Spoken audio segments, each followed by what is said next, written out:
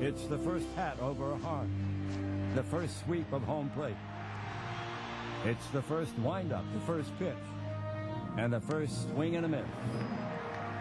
It's zeros across the board, the first shot across the sky.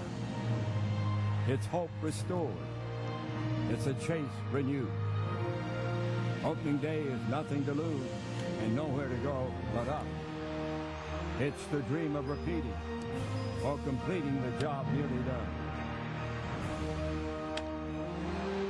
It's looking down the bench, seeing a new direction, and praying it's the right one. It's making a move that you're certain will make all the difference. And that's opening day. It's stars and it's stripes. It's the first blessed day of the rest of your life. Opening day is here.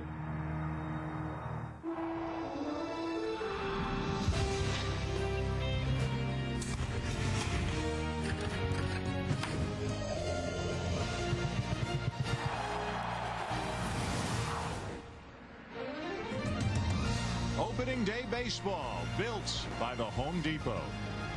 And as you can see, we've got a gorgeous afternoon here at the Great American Ballpark, one of the traditional spots for opening day baseball, Cincinnati, where the Reds will host the Chicago Cubs.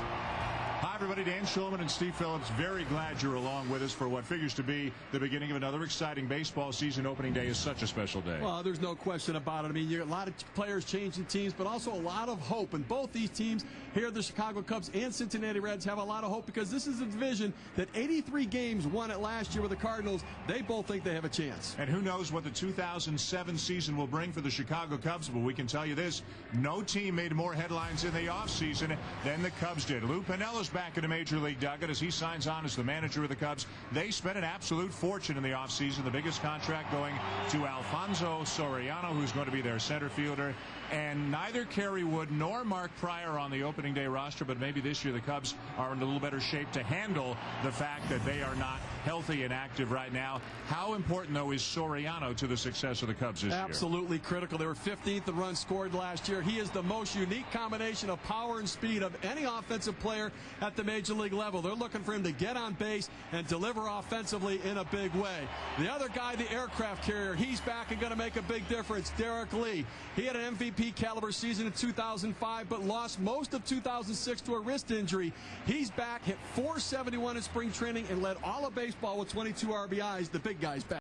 Had the Cincinnati Reds played just a little bit better last September, maybe the St. Louis Cardinals wouldn't have won the World Series. The Reds hung in as the Cardinals started to fade late in September, and the Reds were a fairly active team in the offseason as well. They signed their two best pitchers to multi-year deals. They tried to improve their defense in a number of ways, one of them bringing in Alex Gonzalez. One of the other ways they're looking at changing things defensively, and this sounds strange, it looks strange. Ken Griffey Jr. is now the Reds' right fielder. Ryan Friel is the starting center fielder. As you can see, Griffey has hardly ever played anywhere but center field, but the Reds feel that they'll be a better ball club with Griffey in right field this year. There's no question. And the big bat, they're looking for production, but also looking for production from the big guy. His nickname is the Donkey because he can drive it out of the ballpark.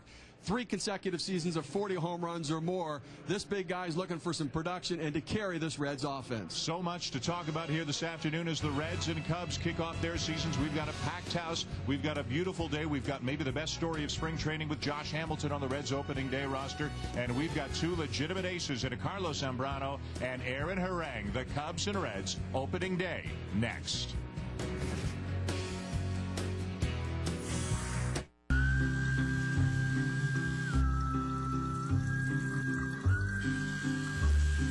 Don't forget about STD.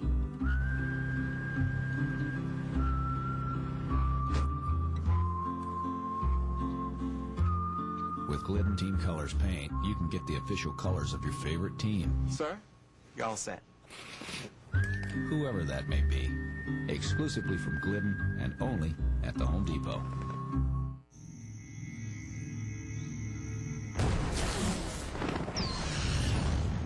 First is violent. First is gritty. First is explosive.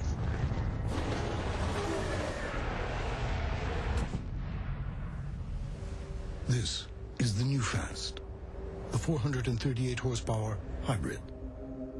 This is the pursuit of perfection. Vaughn into the windup in his first offering. Just a bit outside. That was a perfect strike, and you know it. Of course, if this chump were watching in DirecTV HD, he'd have made the right call. It's broadcast in 1080i, which means it's cool. Now, let's see how this bruise looks in HD. Vaughn into his motion and the pitch. Uh-oh. For the most sports in HD, you gotta get DirecTV.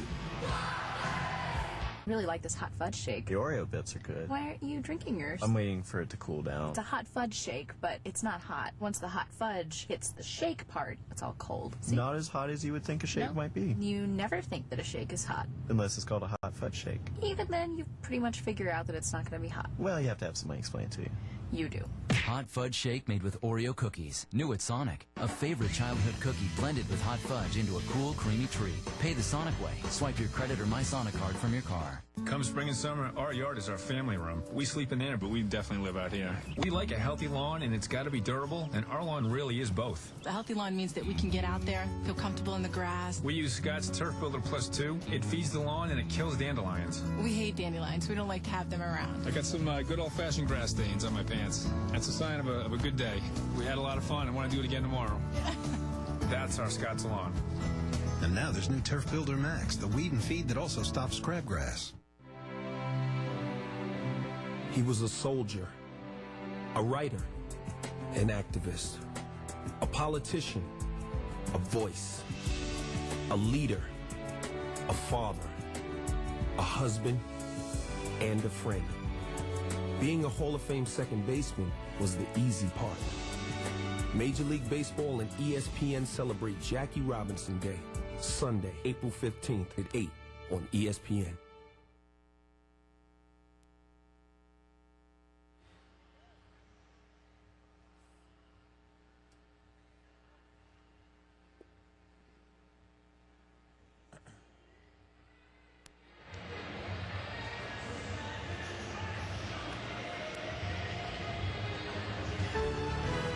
And back here at the Great American Ballpark in Cincinnati, opening day for the Reds and the Cubs. Second year in a row these two teams have met on opening day. And second year in a row it is right here in Cincinnati. A packed house, as you might expect, for this game involving a couple of teams who think of themselves as contenders in the National League Central. And look who is in the ballpark for the first time.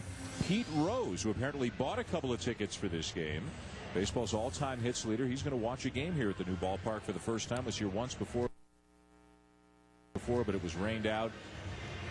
Major League Baseball, Steve, approving a Pete Rose exhibit at the Reds Hall of Fame, which is adjacent to the ballpark, which naturally has stirred up emotions on both sides of the argument, which Pete Rose always seems to do. Well, Pete Rose is home here. I mean, these fans in Cincinnati adore him for his long achievements and contributions to the Big Red Machine and what he meant here. So it's no surprise that the welcome and really all of the attention being paid to the Pete Rose exhibit. And you can imagine how much the fans on the north side of Chicago are going to adore Lou Piniella, especially if things go well for the Cubs as Pete Rose takes in the game today. Lou Piniella, maybe he's mellowed a little bit, but he's still pretty feisty, and he said he's got butterflies as he does every single opening day. And after a year in the broadcast booth, he's back in the dugout where it seems Lou Piniella belongs. Well, he's a guy, he's a fixer. I mean, he's a guy, he's not someone to build with. You know, he tried to go to Tampa Bay, but it wasn't the right fit. He's a guy to come in when you need to turn things around quickly and get a change in philosophy and attitude, and he's tried to instill that right from the start in spring training. The players have responded. He's enthusiastic, and I know they're excited in Chicago with Lou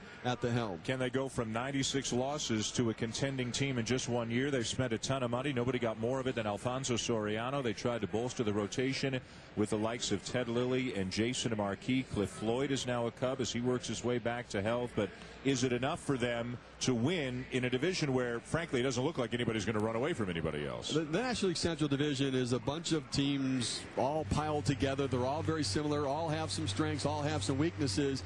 And in the end, they could end up with 85 wins, winning the division, and the last place team having 75 wins. I mean, it really is some very closely balanced teams, and I think the Cubs have a shot. Now, they're going to have to pitch, and they're going to have to score. Last year, 15th in runs scored, 14th in ERA. They had some real issues, but they went out and addressed them this offseason. For many, many years, The first game of the baseball season was always played right here in Cincinnati. The Reds still always open at home. It's still one of the special places and one of the special players the Reds have had in the last couple of generations. Eric Davis is about to receive the ceremonial opening pitch from the mayor of Cincinnati, Mark Mallory.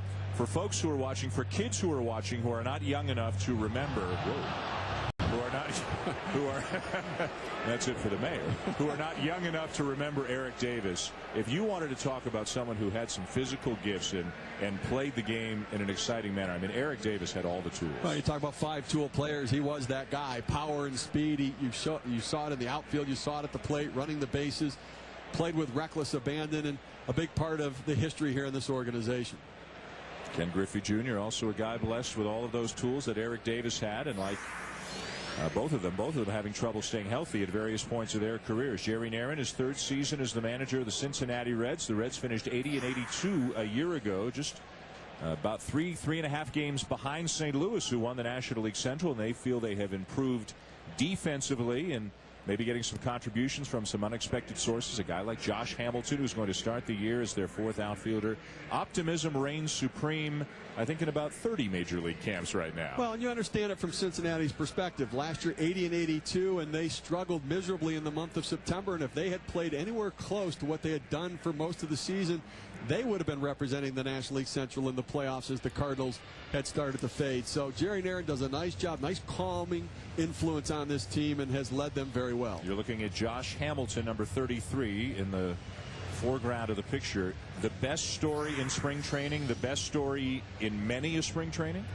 It's an unbelievable story. I mean, a top pick, a superstar talent, starting his career in the Tampa Bay Devil Rays organization.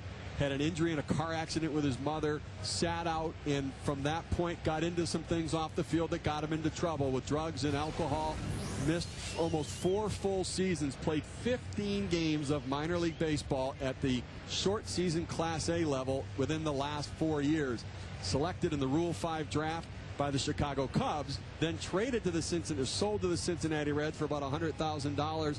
Had to make the major league team, and he has done that, having an extraordinary spring training. This is a remarkable story for a guy who has not played in 4 seasons and really had only been a Class A player. He now is on a major league team. And you ask folks who were around their spring training down in Sarasota, they say he was their best player. They're going to find a way to get him in there, even with Dunn, Friel, and Griffey. You figure certainly Friel and Griffey will get time off every now and again. Hamilton can play defense for Dunn, and Hamilton, by the way, got a huge ovation during the introductions before the game, as the starting lineup for the Reds does, as the Reds head out onto the field, and we are ready for baseball here in Cincinnati as we bring you the starting lineup for the Chicago Cubs, presented by Scott. So much attention to being focused on the 40-man Alfonso Soriano, who will lead off and play center field for the Cubs. Matt Merton gets the start today in left field, hit close to 300 a year ago. Derek Lee is healthy after playing only 50 games last year with an injured wrist. He is back, and he had a very good spring. Ramos Ramirez re-signed to a lucrative 5-year deal. He'll be the cleanup hitter. Jock Jones, after a very slow start a year ago, picked it up late and wound up putting out very good numbers for the Cubs. He's the right fielder. Michael Barrett had his best offensive season. He's the catcher. Another newcomer to the Cub team, Mark DeRosa, who can play a number of positions, will be the second baseman primarily for the Cubs. Cesar Izturis, a former Gold Glover at short, acquired in the Greg Maddux deal, will bat 8th. And on the mound today, a guy who likes to hit as much as he likes to pitch, Carlos Zambrano, the ace, and probably a guy who's going to be a very rich man in the next few days. And Aaron Harang didn't do too badly last year or with his new deal either. Now starting for the Reds, the most underrated starting pitcher in the major leagues. His 16 wins a year ago tied for the league's best. He led the league in strikeouts. He had 35 starts, tied for the most in the National League, and he didn't get a single vote for the Cy Young Award. This guy is an outstanding #1 pitcher. We've got 2 of the 6 pitchers who tied for the National League lead a year ago in wins with 16 in this game today, as Harang blows one by Soriano, and we are underway here in Cincinnati. An 8-year contract for Soriano, and his 3rd new position in as many seasons, from second to left and now to center.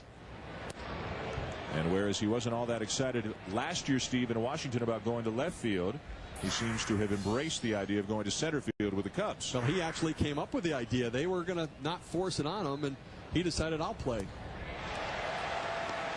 At the Cub Fest this winter, when they were traveling around greeting the fans, trying to stir up excitement, he approached Lou Piniella and Jim Henry, the general manager, and said, you know what, you don't have a center fielder. How about you give me a shot out there? And they said, good idea. Wish we had thought of that, even though it was on their mind.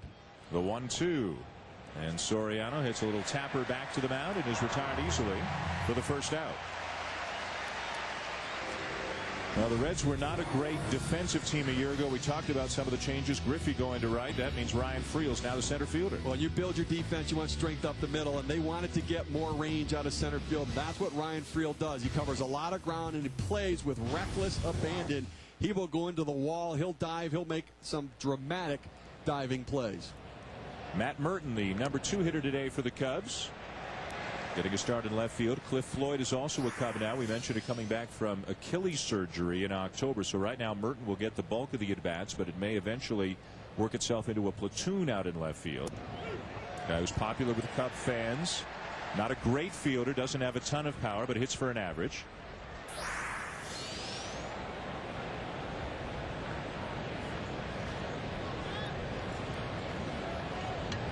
The 0-2 from Harang, and Merton tried to check the swing and succeeded.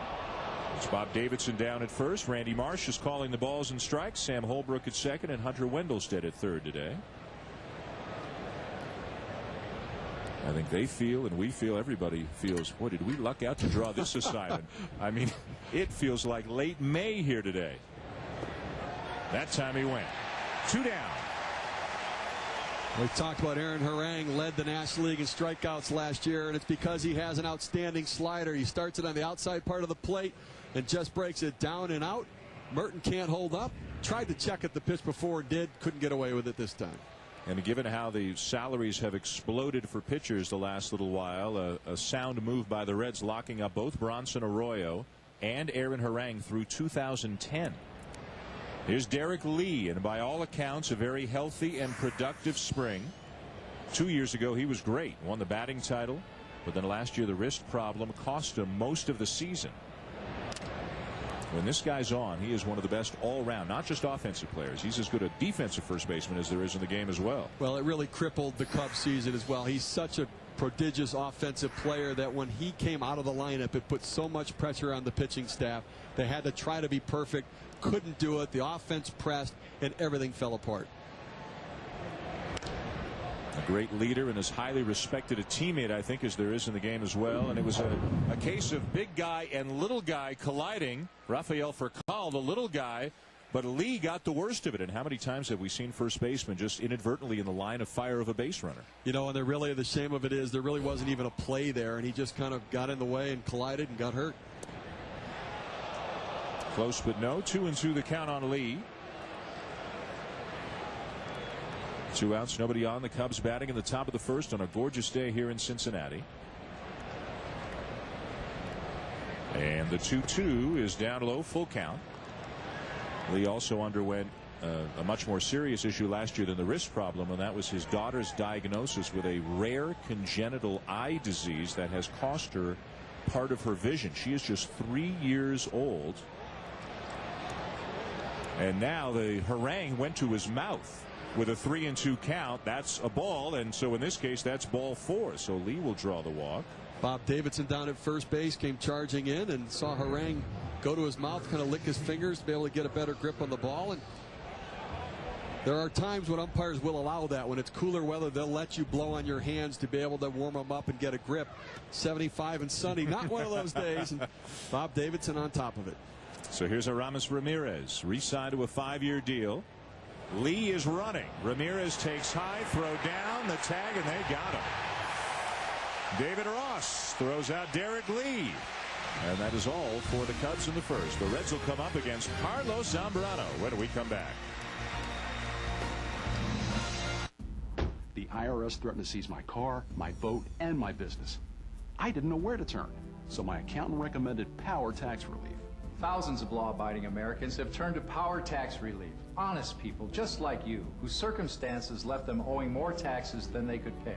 Like the Myers family, who owed the IRS $40,000 from illness and family emergencies. With Power Tax Relief, we paid only a portion of what we owed the IRS. And they saved our house. You can bet the IRS will have lawyers working on your case. Don't take a chance without your own legal help. I was so worried I was going to lose my practice, but the team from Power Tax Relief, they got me a second chance. Look, you have a limited window to negotiate with the IRS and settle your debt for less. This could be your last chance. Play it right with Power Tax Relief. Owe over $10,000 in taxes? Settle with the IRS for less. Call 800-576-2196. That's 800-576-2196. Why would they handcuff you to me and then drag us all the way out into the jungle? Wednesday. I hope you're not going back for Jack. Excuse me? This jungle The reason Jack told you not to come back will rumble. is because you broke his heart. You done? I said An all-new episode of Lost, Wednesday at 10/9 Central, only on ABC. David Ross with a terrific throw to get Derek Lee try to steal to win the top of the first. So we go to the bottom of the first here in Cincinnati. The Reds are coming up as we take a look now at the Cincinnati starting lineup presented by Scott's. Ryan Friel, the everyday center fielder and the leadoff man for the Reds. Good speed, will get on base any way he can. A ton of power in the 2 spot from Adam Dunn, but a ton of strikeouts as well. Brandon Phillips had a very nice year for the Reds last year. He'll be the number 3 hitter with the outset of this season. Ken Griffey Jr. now in right field, batting cleanup. Edwin Encarnacion, who drove in 72 a year ago, will bat 5th and play third base. Scott Hatteberg, who has a good eye, good on-base percentage, bats 6th. Alex Gonzalez comes over to solidify the defense. He'll bat 7th and be the shortstop. And David Ross coming off a career year for him. He'll be the catcher in bat 8th. Evan Harang on the mound today for the Reds. On the mound for the Cubs, one of the best pitchers in the game, Carlos Zambrano. 25-year-old right-hander and dominant pitcher. The ace of this staff, and he pitches with energy and emotion, and an absolute workhorse as you see the numbers there from last year. And he can log some strikeouts, and got to find the strike zone a little bit more this year, though. 115 walks, a little too much for the quality of arm that he is. And right on cue, he's followed behind 3-0 on Friel, a guy who used to be kind of a jack of all trades, as he draws up and away ball 4. Well, let's go back to the last half inning and the way that half inning ended. Derek Lee running on the first pitch. On the first pitch, and a high pitch for David Ross to throw. But I think the message there, that's Lou Piniella sending a message to the Reds, but I think even more so to Cubs fans into baseball, that he's there. The Cubs are going to be aggressive. There's a new style in Chicago, and it didn't matter that he got thrown out in that situation. They're going to show that they're going to be aggressive in 2007. And let's see if the Reds are aggressive with Friel on base. Adam Dunn is the batter, and he'll look at a strike. Not your prototypical number 2 hitter, to say the least, although more teams seem to be going with a little bit of thunder up in the 2 spot. Well, the other thing they like, he's a very patient hitter. He sees a lot of pitches in the top 10 pitches per plate appearance. It allows Ryan Friel to see some pitches, maybe get a jump and steal, and he pulls the ball through the hole with a runner being held on first. And you see the shift is on as Dunn taps one, foul. No balls and 2 strikes. Dunn with a total of 126 homers the last 3 years, has averaged 42 homers a year the last 3 years, has also averaged 186 strikeouts per year, including the 2 highest totals in Major League history. Love the homers, hate the strikeouts. But the one thing he does walk a lot. So his on-base percentage tends to be pretty good despite a fairly low batting average. Last year only hitting .234. Zambrano away out in front, 0-2. Friel being held on by Lee, and the pitch taken down and in. Dunn has been reunited with a hitting coach who worked with him in the minors, Brooke Jacoby, who is now the hitting coach of the Reds. And there you can see the 2 strikeout totals we were talking about last year and 2 years before that. Dunn vowing to make more contact, bring the runner in from third, hit some sac flies. But he can also do that. When he gets a hold of one, forget it. Adam Dunn with a line drive, 2-run shot, and the Reds are on top early.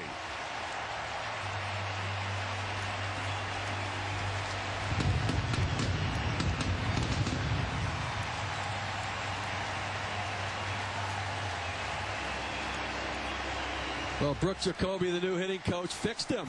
He's better. Well, I tell you, he has prodigious power. That ball got out of here very quickly, and Carlos Zambrano tends to be a little emotional on the mound, and early on he tends to elevate his pitches because he's jumping at the plate. Dunn got a pitch he could drive, and cause for celebration in the Reds dugout. A 2-0 lead for the Reds. Here at the bottom of the first inning, and the batter is Brandon Phillips, who is the number 3 hitter at the outset of the season. A very important spot for him, batting between Dunn and Griffey. One of general manager Wayne Krivsky's terrific pickups last year. Bronson Arroyo, Brandon Phillips, David Ross, all picked up before or during spring training, and all 3 of them had terrific seasons for the Reds. And Wayne Krivsky got his general manager's job in February of 2006. All the players were pretty much off the board. They went quickly out and signed Scott Hatteberg, but to turn the roster over like he did and have that substantial an impact is absolutely remarkable. I mean, I have to give him a lot of credit. He made some dramatic moves that really turned the tide here and turned really the impression of this team. The fans started to believe there was something special going on. You see the guys there he brought in. Those are pretty good numbers for players brought in spring training, early season acquisitions. Wayne's done a terrific job here in Cincinnati, turning the tide. Of course, the nature of fans being as fickle as they are, when he made the trade with Washington and the relievers Majeski and Abreu either got hurt or didn't do as well. Now, you know, there's a portion of the fans who turn on him because that's the nature of the beast as Phillips strikes out. But there's no question, and he's made a ton of moves, there's no question that this organization, not just the Major League team, this organization is improving and is in better shape right now than they've been in recent years. There's no question. One of the other big moves is Ken Griffey Jr. being shifted over to right field, which was an organizational decision. They just need him to be in the lineup and swing the bat, though. The much publicized broken hand in the offseason, wrestling with his kids. And it took him a long time in the spring before he was healthy enough to get into games. He is now the right fielder as he takes a pitch over the outside corner for a strike.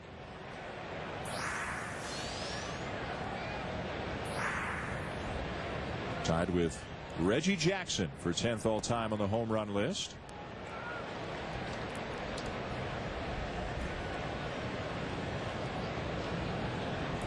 Zambrano surrendering a home run to Adam Dunn here in the first inning. Big sweeping breaking ball that misses, and it's 2 balls and a strike on Griffey. I like what Michael Barrett's done here, though. Zambrano's kind of rushing. He went to 2 changeups and a breaking ball to Griffey to try to slow him down. Now the fastball, and it's looped into shallow left field. A base hit for Griffey.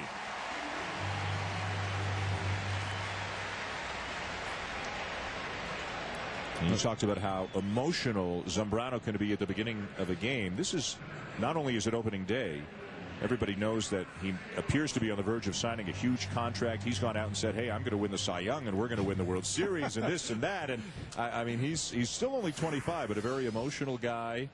And this has got to be, he's got to work hard now to bring it back down a little bit and straighten this out. Well, they talked to Lou Piniella about his proclamations about the Cy Young and the World Series. Lou said, I'd like him to just tone it down just a little bit.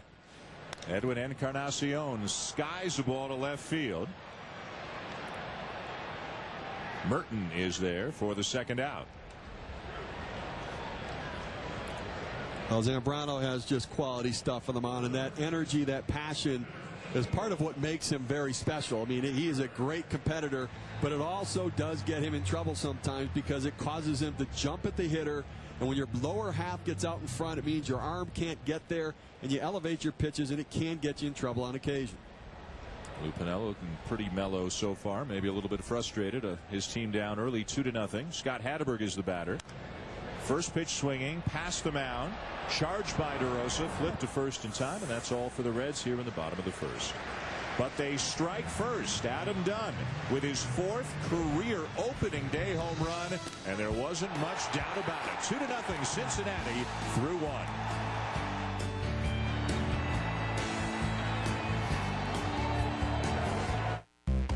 IDR Media is the official publisher of the Verizon Yellow Pages and home to superpages.com, delivering billions of print and online searches every year. So anywhere, anytime, find the answers you need and the things you want from your home or anywhere else. Media. Switch to Valvoline's Max Life, and there's no telling how long your car will keep going. Max Life not only protects against friction, but also leaks, deposits, and sludge, the 4 major causes of high-mileage engine breakdown. Long live your car. Fall in love with Papa John's new Italian Meats Trio Pizza. Authentic Italian taste from our better ingredients, like our zesty Robusto sauce and 3 hearty Italian meats, ham, salami, and sausage. Get a large Italian Meats Trio Pizza for $11.99. $11.99. Call or click papajohns.com. Taste the difference. Better ingredients, better pizza, Papa John's. Yeah, I could have just kicked back and taken it easy. I could have gone out on top. I could have waited years for an opportunity this good. I could have coasted and just waited another year. I could have found another hobby. I could have ridden any bike, any color, any race, any size I wanted. I could have just counted my money, my scars, and stayed in bed. I could have sat out another year. I could have ridden off into the sunset. I could have picked the days I wanted to go to work. But I wanted a championship.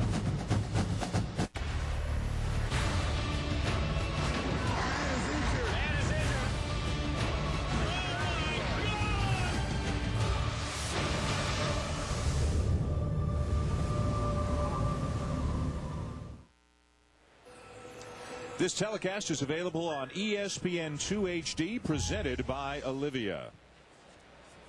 Welcome back to the Great American Ballpark. A 2-0 lead for the Reds as we go to the top of the second on a home run by Adam Dunn in the bottom of the first.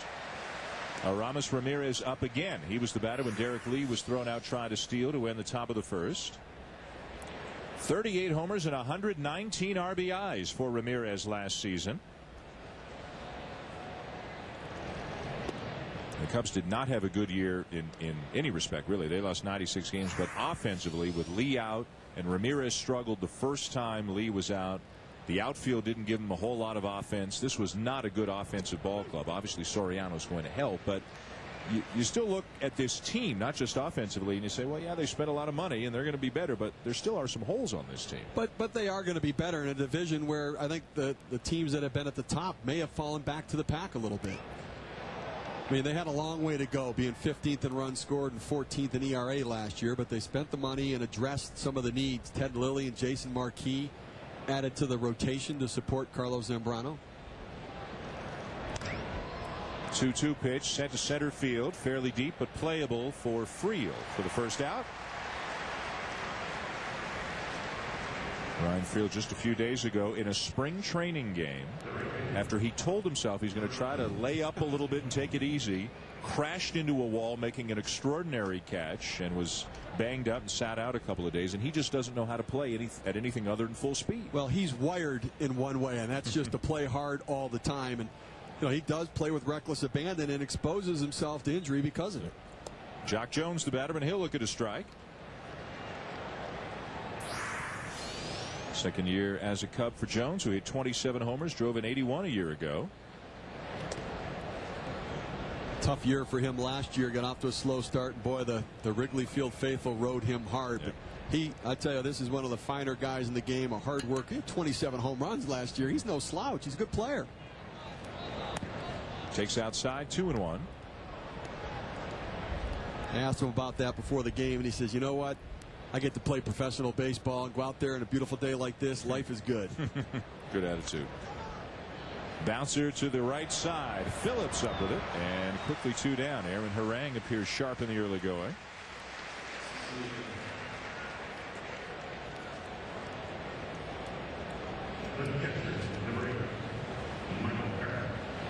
So 2 outs, nobody on, and now Harang will face Michael Barrett, the Cub catcher, who had his best offensive season a year ago, hitting over 300. Belted out 16 home runs.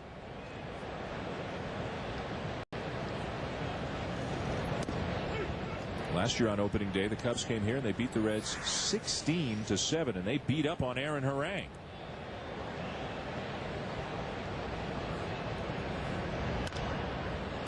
To right field. Griffey. Just his second career start in right field. Runs it down, heading toward the corner as the Cubs go in order here in the top of the second. Zach, are you looking at Susan's blog? She was featured in 4 of the leading business magazines. And she is so humble. You would never know that to talk to her. She doesn't sound very humble to me. She's crowing about her accomplishments on the worldwide net web. It's like she's embarrassing herself, she's embarrassing the company. And hello, Susan. Good morning. Hello, Miss Accomplishment. We're looking at your blog. Oh, my gosh. Oh, yeah, she's a fast riser in the business world. Seems like you should be reporting to her.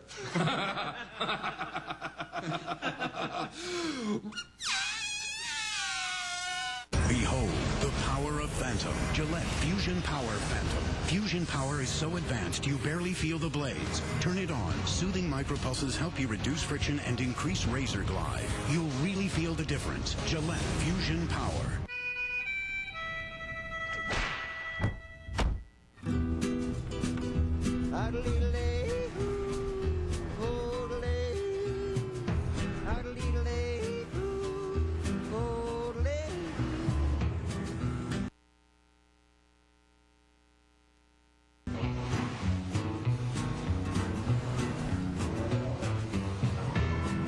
Separate yourself from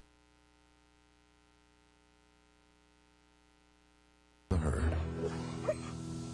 The innovative Ridgeline from Honda. It's actually illegal to pick those.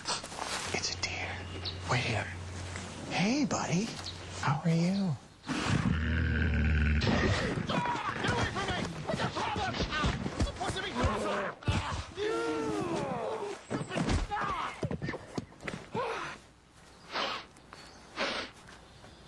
We're good. You're so awesome. Yeah, I know. Let's go pitch a tent. Powerful odor and wetness protection. Right Guard Sport. Never get caught off guard. ESPN Opening Day is built by the Home Depot. You can do it, we can help. And in part by Lexus and their pursuit of perfection.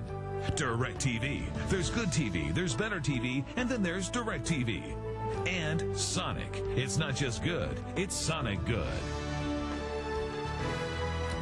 Back in Cincinnati, Dan Shulman and Steve Phillips with you. Opening day from the Great American Ballpark.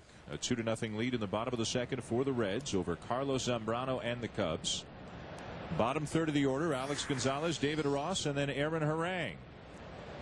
The Reds signing Gonzalez to improve their infield defense. No less of an authority than Davey Concepcion, whose opinion obviously holds a lot of weight here in this town, says, you know what, he's better than I was. A pop-up at a very shallow left field. Merton coming in on this very sunny day makes the catch for the out as we go back to Scott Reese for an update. All right, Dan, it's the first opening day game in the nation's capital since 1971, but the home team not faring so well. Miguel Cabrera, 2-run homer, 2-run double. Go look at his career numbers. Understand he's 24 years old. 6-1 Marlins over the Nats, Dan. Well, it's expected to be a long year for the Nationals. John Patterson on the mound today. He's really the one reasonably well-known commodity they've got going into the season in that rotation. David Ross, the batter. It is going to be real tough in Washington this year. They just, they're trying to rebuild and do it the right way and build it kind of the Atlanta Braves way of Stan Kasten, the president of the team. But to do that, it's going to take some time, and they're going to take some lumps in the meantime. New ballpark next year means new revenues, and that can only help. I mean, it's a large market. I mean, it's a large market. They're going to generate the revenues there. And they have some core players. I mean, Ryan Zimmerman, third baseman, fantastic young-looking player, broke into the major leagues last year. Pitch at the knees, in for a strike. 2-1 on David Ross, the Reds catcher, who's questioning Randy Marsh. Maybe didn't get that kind of a call when his pitcher was on the mound. Ross, one of 3 catchers on the Reds roster. Had his best season last year, although he wore down in August and September. But the first 4 months, he put up numbers that people just couldn't believe. Well, Wayne Kripke, the general manager, is an old-school guy. He's a scout. He was a scout with the Twins organization. His name is on David Ross. He wanted him. He got him. And what an impact he made on this team. And you're talking about a guy with 20-plus home runs in the 8-hole in your lineup. That talks about depth. And he can throw a little bit, too, as we saw in the first inning when he gunned down Derek Lee. A well-rounded player, and really ran Jason LaRue, who had been the catcher here, signed to a long-term deal. They ran him out of town. LaRue with the Royals right now as this pitch is fouled back just over our heads. The count remains at 2-2 on Ross. You all right? I'm all right. You're the infielder. Yeah. I'm the non-athlete. Make a play. I don't want to hear you say you got it. I want to hear you say I got it. 2-2 pitches high, 3-2. Zambrano maybe a little bit flustered here in the early going. Gave up a couple of runs in the first. We alluded to it briefly. It's expected that he is going to sign a 5-year deal in the next few days. They just extended a deadline. Bouncer down to third. Ramirez will get him 2 down. Originally, Zambrano said, if they don't sign me by opening day, I'm gone after the season. Then he said, if they don't sign me by opening day, I'm not going to talk about it during the season. But obviously, Steve, they've made enough progress that they're going to talk about it, and it's expected to be a formality at this point. You look at the numbers, you understand why they want to keep him. They're talking about 5 years in the $80 to $85 million range, which in my mind is a hometown discount, because when you compare Carlos Zambrano and his numbers to Barry Zito, and Barry Zito getting the 7 years, $126 million contract, Zambrano's numbers are better, and he's younger. You heard Tim Kirchin talk about how Miguel Cabrera is only 24 years old. Look at what he's done. It seems like Zambrano's been around forever, but he's only 25 years old. His most wins of any active pitcher under 26 years of age. Bouncer to short is Torres up with it, and that's all for the Reds in the bottom of the second. Zambrano can swing the bat a little bit as well, and we'll see him hit in the top of the third. 2-0 Reds. I've been walking this beat about 7 years. I have never seen it this bad. It's a ghost town. Well, I know why they're not coming in. They're going to Shop NBC. They have the best quality in exclusive jewelry, cosmetics, fashion, electronics, and it's affordable. It's like a store that never closes. You can shop 24 hours a day on TV or online. How do you compete with that? Shopping made easy. Shop NBC. Be good to yourself. I'm Christine Dodd, art teacher and personal portfolio manager. I left the phone company for Time Warner Cable. It's the easy way to get home phone service, high-speed internet, and cable for one low price. I'll save hundreds of dollars and use it for my latest hot pick, offshore mushrooms. Upgrade now to Time Warner Cable and get 3 great services on one bill. And say goodbye to satellite, dial-up, and the phone company. Upgrade to the Triple Play and get 3 great services for just $29.95 each per month. Call now. Time Warner Cable, the power of you. Brand America. We love baseball, hot dogs, apple pie, and Chevrolet. Stolen bases, goat cheese, pizza, bottled water, and Chevrolet. Stolen bases, goat cheese, pizza, bottled water, and Chevrolet. Free agents, rally monkeys, CDTs, and Chevrolet. Whoa, wait, what's a rally monkey? They go together in the good old USA. Face painters, satellite radio, endorsement deals, and Chevrolet. Chevy, an American revolution. Hey, your KFC variety big box. Lot of stuff. Gonna eat that drumstick? Yeah, it's my favorite. Crispy strip? My other favorite. Popcorn chicken? Favorite. Mashed favorite. Cold Favorite. Favorite. Do you have a least favorite? I'm gonna eat now. Now get all your favorites in one box. Introducing the new Variety Big Box from KFC. Popcorn chicken, a crispy strip, a drumstick, mashed potatoes, coleslaw, a biscuit, and a large drink. Fill up on all your favorites at KFC. ESPN Opening Day, built by the Home Depot. Brought to you by the new Variety Big Box from KFC. Fill up on all your favorites at KFC. And K-Swiss.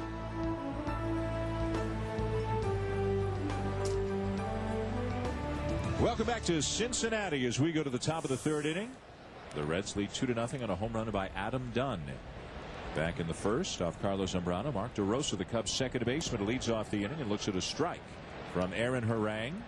Another one of the free agent acquisitions, a 3-year deal for DeRosa, who was with Texas last year, coming off his best major league season.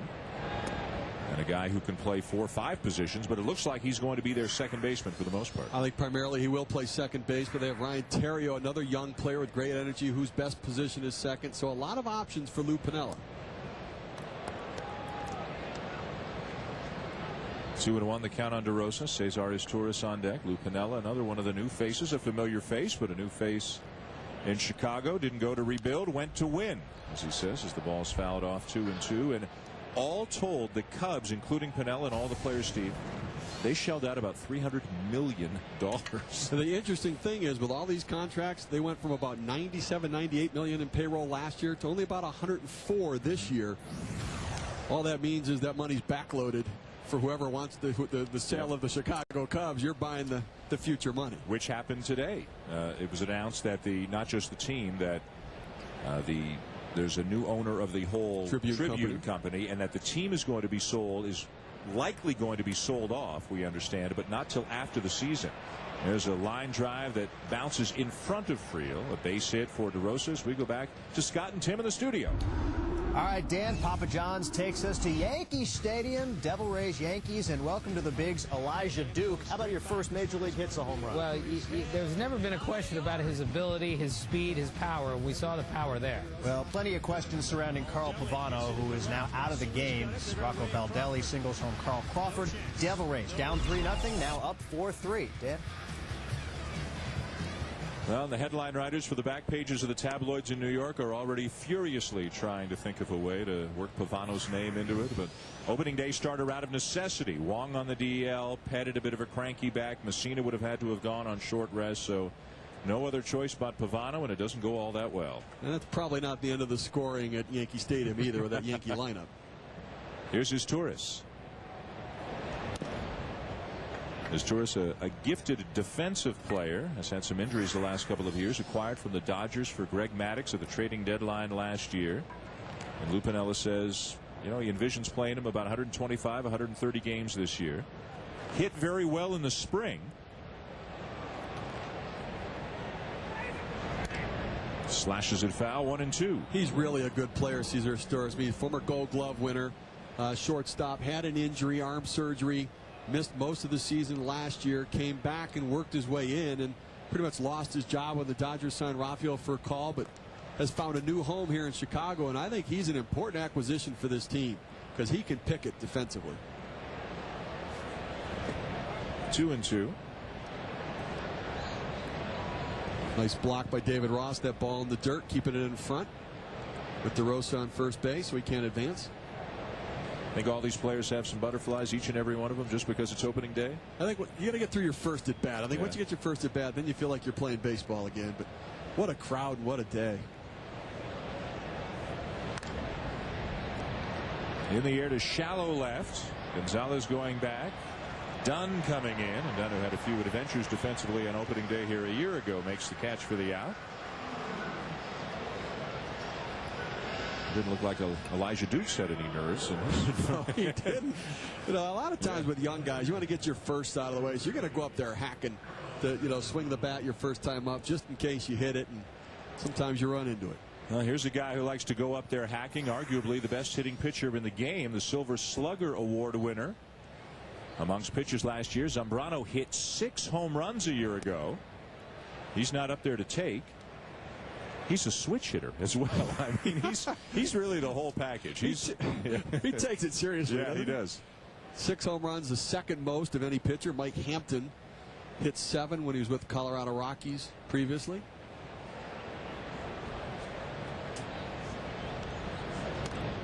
And he bunts it foul, 0-2. Back in the spring, Carlos Zambrano, who, as Steve mentioned, takes his hitting very seriously. Now, this is a spring game.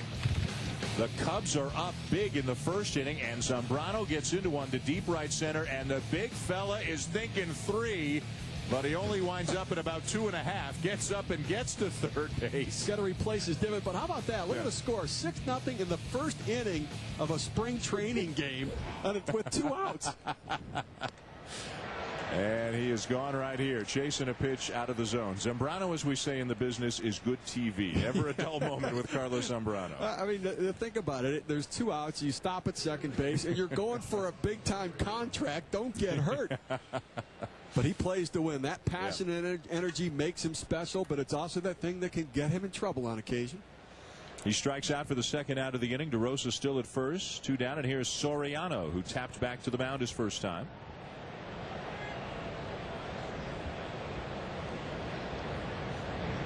You and I both spent some time down in Florida during spring training, but the folks who were closer to the scene in Arizona where the Cubs were, the phrase I kept hearing about his work out in center field was a work in progress. It's coming, but it's still got a ways to go. A fly ball to right field. Griffey giving chase over near the corner, and this ball is foul. That is not a ringing endorsement of anybody's defense. It's kind of like, well, he or she has a good personality. I mean, here's the thing. He transitioned to left field last year, now making the move to center field. There are some in the game who will say center field is an easier position to play than left field or right because you get better reads of the ball coming off the bat. You see him as a second baseman in the past. Even the Yankees, when he was there was a lot of talk about him moving the outfield, but was very resistant. He moved out to left field begrudgingly last year, but now he thanked Jim Bowden, general manager of the Nationals, for the opportunity. Because in reality, what did it made him more marketable. He was more valuable. Yeah. As a free agent, you had teams that wanted a DH. He fit them. At second base, he fit those clubs, and in the outfield, he fit them. He has the athletic ability to be a good outfielder, but it takes instincts and it takes experience to read the ball off the bat. Committed 11 errors last year, not a good total at all for an outfielder. Had a major league leading 22 outfield assists, but that can be kind of a misleading statistic. Absolutely. What that means is they didn't believe you'd be able to get to the ball, catch it, transfer it, and throw it accurately to get somebody out. So outfield assists mean they were running on you. Off the glove of Encarnacion into left center for a base hit, rounding second, heading for third, DeRosa. On what will be scored a single for Soriano. Well, Soriano has that kind of swing where he just uncoils at the plate, and he can jump on a fastball very well. This pitch was on the outer part of the plate, and he kind of extended a little bit to get to it. You see David Ross sitting off the plate on a slider. He gets out and hooks it. Encarnacion with a great effort to dive, couldn't quite get to it. Good base running by DeRosa, getting to third. So runners on the corners with 2 down. The Cubs trailing the Reds 2-0 here in the top of the third. And the batter now is Matt Merton, who struck out against Terang back in the first inning.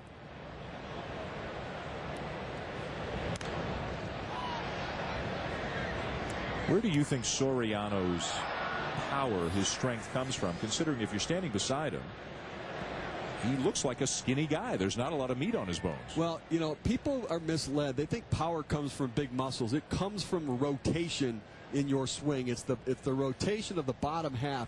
And you watch his swing. He has this uncoiling he does, and that's where the power comes from. Fouled off 0-2. See if Lou Piniella gets Soriano running here just to stir things up a little bit. Down 2 runs, but with an 0-2 count. Might get an infielder moving on a pitch and find a hole.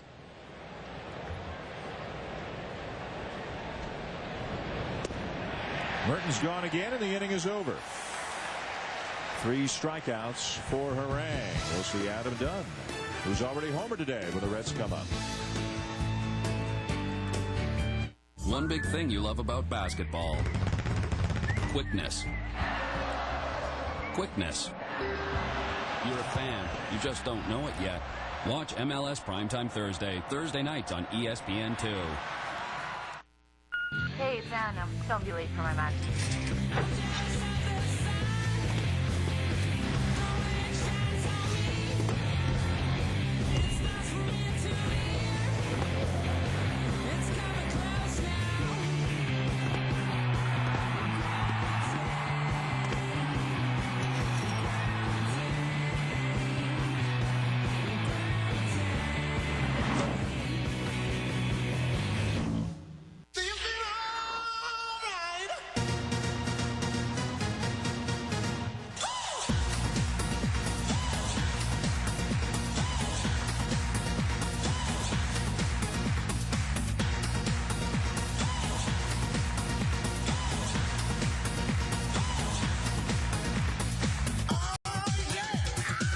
XM, 170 channels to find what turns you on, including Major League Baseball. Every team, every game.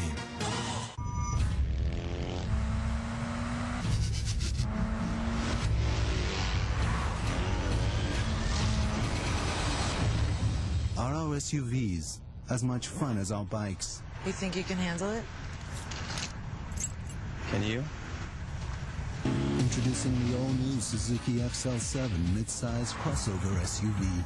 It's going to be a great ride. Get 0% financing with no payments till July. Maybe oil and water don't mix, but oil and blood do. Valvoline, 100 years under the hood. Scott Reese, Tim Kirchin, SportsCenter in-game update. Braves and Phils, 2-2 game in the sixth. And Aaron Rowland getting a little help from new second baseman Kelly Johnson. I think Kelly Johnson must have lost that in the sun. That ball's got to be caught. They called it an RBI single. It is 3-2, guys. Well, that's one of the things the Braves are thinking about going into the season. Can Kelly Johnson, who, as you mentioned, is or was an outfielder, can he play a competent second base for the Braves? They've made a lot of changes. They have strengthened their bullpen. I know a lot of people are looking at the Braves. Say, don't forget about Atlanta. Don't sleep on them in the National League East. Ryan Friel leads off the bottom of the third for the Reds. 2-1 the count. Friel walked and scored on the Adam Dunn home run back in the first inning.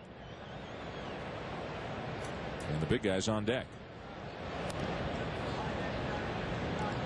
Talk about the Atlanta Braves. They find ways to get away with doing things that not many other teams can. You talk about Kelly Johnson, drafted as a shortstop, quickly converted to the outfield. He's never played second base prior to this year. In fact, he didn't even play it all last season because he had Tommy John surgery. Bouncer over the mound. This will be trouble with Friel's speed. He's heading for second. Big bounce back to Lee, and the throw will get him. Boy, what a good bounce there for the Cubs. And Friel's turning around saying, how did that ball get to second base so quickly? Well, sometimes better lucky than good. And in this situation, Asturis on a do-or-die play charges hard, barehands the ball. But sometimes when you do that, it's tough to get a grip. As you see Asturis come, he's going to try to get his body around the ball to barehand it. But it's tough to get a grip. He throws it wide. But the perfect bounce, boy, good news for the Cubs right there. Derek Lee barehands it coming back. He gets a little better grip. Throws it to Mark DeRosa for the out at second base. Friel's still shaking his head. He gets a nice ovation from the fans who always appreciate his hustle. Adam Dunn, another drive way out of here in right center. 2 at-bats and 2 home runs for Adam Dunn.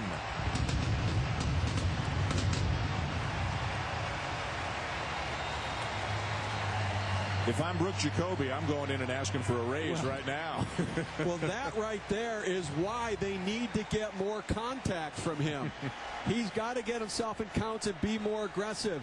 He gets more swings and misses than most hitters in the major leagues. He's in the top 5 in swings and misses, but he's also very patient. Not a good combination. When he makes contact, he does damage. They need more contact. He doesn't need to center the ball with that strength to drive it out of the park. That's a man right there. We might have our first curtain call of the young season. They want Adam Dunn to come out. 2 home runs today for Adam Dunn. And here he comes. It's a pretty good start to the season. Get a curtain call in the 3rd inning on opening day. I don't know. I'm retiring after that one. I pulled a hammy. I'm done for the year. Good breaking ball there by Zambrano with a count 0-2 on Brandon Phillips. One thing to keep in mind, remember we had Ryan Friel throwing out at second base. If it comes back to be a close game, it'd be a deciding run because home run would have scored 2 there. Well, Alfonso Soriano may still be adapting to center field, but he knew enough to know that there was no point chasing that one to the wall. He hardly moved.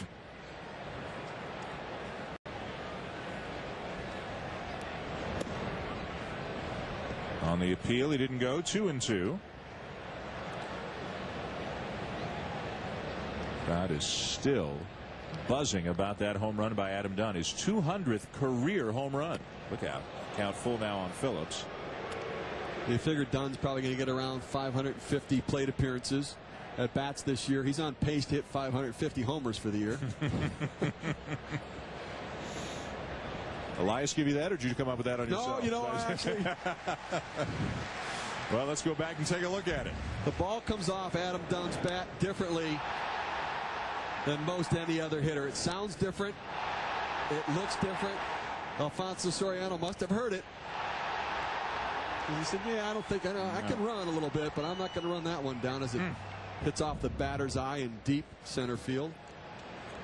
And I think if every hitter in the majors hits the ball as hard as they can, Adam Dunn's ball will go the furthest. He is as strong or stronger than anybody else in the game.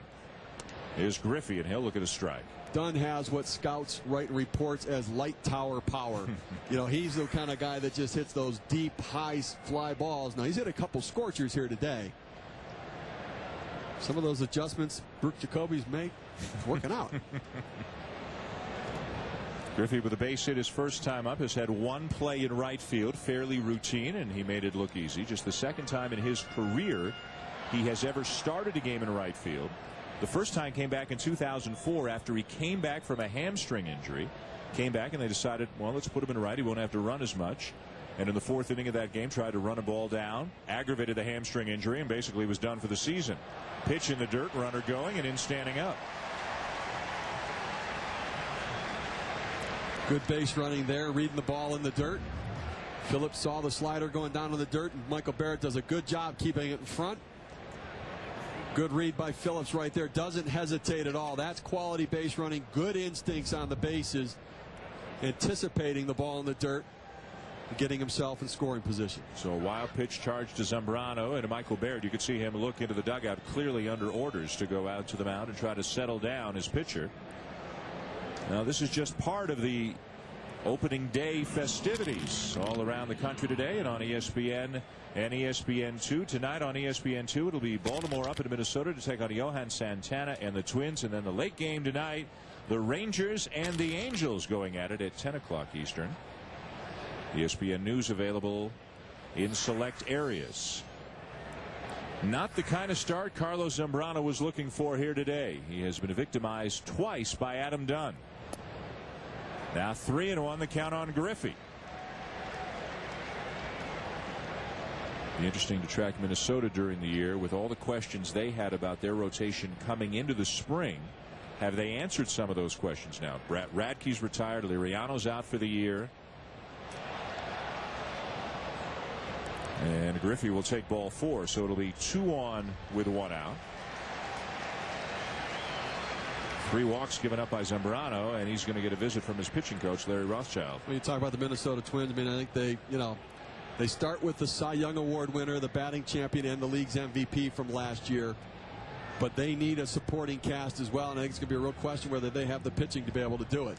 Now, they sent down 2 good young kids in Matt Garza and Glenn Perkins, and they're going with Ramon Ortiz and Sidney Ponson. And I think this is a good example that when the regular season starts, teams don't always start with the best 25 players on the roster. They have in mind, you know what, over the course of 162 games, we want the best 30 players available, 35 players available, knowing there are going to be injuries, there are going to be players who struggle, and they want to bring the young guys up later to be that burst of energy they need. And they're playing in, I don't even think you can say arguably the toughest division in baseball. It is the toughest division in baseball. You've got 4 very, very good teams in the American League Central. Edwin Encarnacion takes high, and one of them, Cleveland, is leading another one of them, the White Sox, 9-2 in the 3rd inning. Opening day on the south side of Chicago, not going well for the home team. Cleveland, a team a lot of people are keeping an eye on this year. Encarnacion with a bouncer to 3rd. Ramirez steps on the bag for the first, for 1 out. That's all he can get. 2 outs now in the inning. 1st and 2nd, 2 down. Last year's American League Central, people almost forget that the Twins caught and passed the Tigers and won the division right on the last day of the season. And the Indians, I think everybody's expecting them to have a much better record this year. Well, their bullpen really struggled last season, but for me, the Cleveland Indians have a lot of talent. They need 2 things to happen. CC Sabathia has to emerge as the stopper, the guy who stops these losing streaks. And Travis Hafner or Grady Sizemore has to become the leader of the position players to say it's time to play good baseball. Scott Hatteberg, the batter, with 2 on and 2 out. The Indians tried to shore up their bullpen as well in the offseason and added some veteran arms. They had some awful numbers out of the pen last year. Still think the Tigers the class of that division, though, even with Kenny Rogers out till at least after the All-Star break. Roller out to 2nd. DeRosa on to 1st. That's all for Hatteberg and the Reds, but not before the big guy strikes again. Adam Dunn has hit not 1, but 2 home runs here on opening day. 3-0 Reds. Black Christmas on unrated DVD Tuesday. See why critics call it one of the best horror movies of the year. Black Christmas. Own it on unrated DVD Tuesday or rent it exclusively at Blockbuster.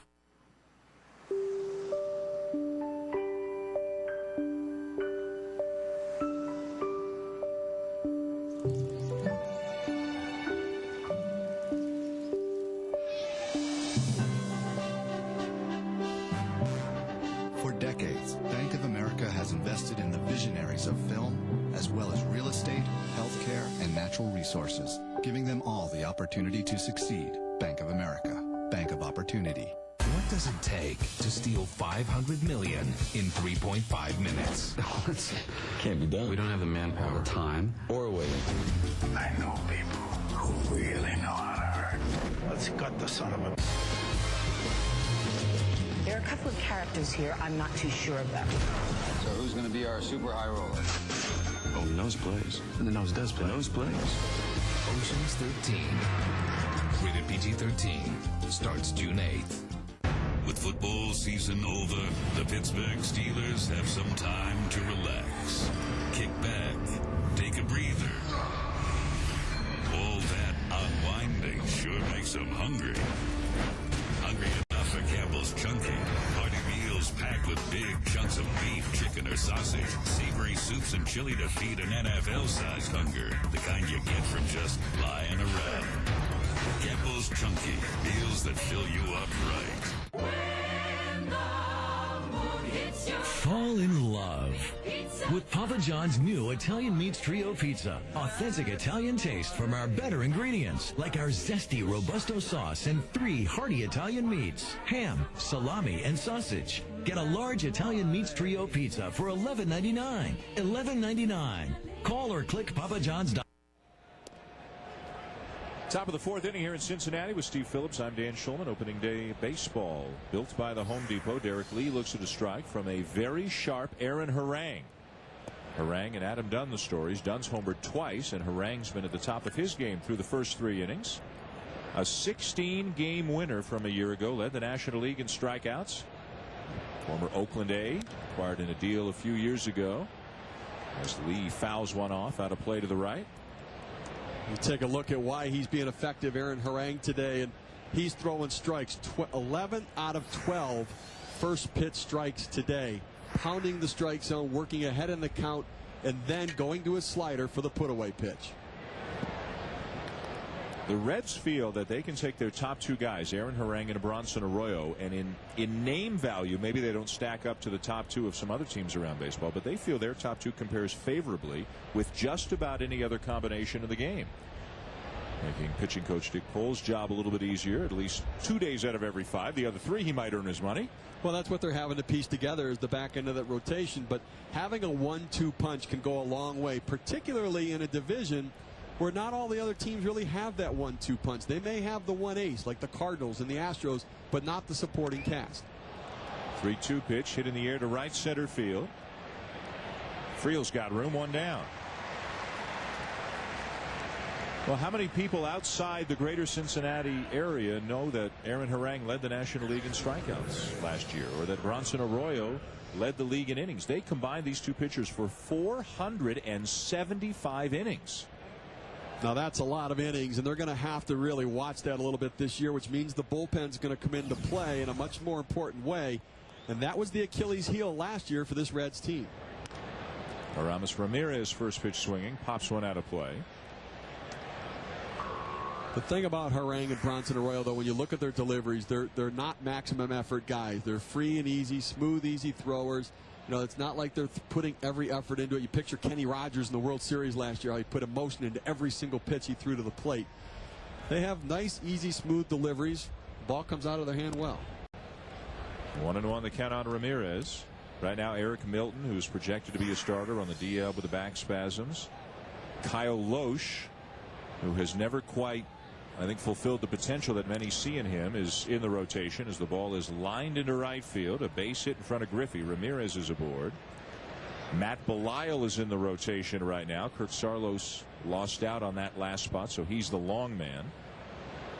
The Reds, whether it was Jim Bowden or Wayne Krivsky, I mean, they're always moving guys in, moving guys out. Let's give this guy a chance. Let's see if he's got anything left. And you know, every now and again they find a diamond in the rough. Well, that is what you have to do when you're a smaller market team. You can't go out and buy everything. You have to try to get people when they're down and have reclamation projects and try to catch lightning in a bottle.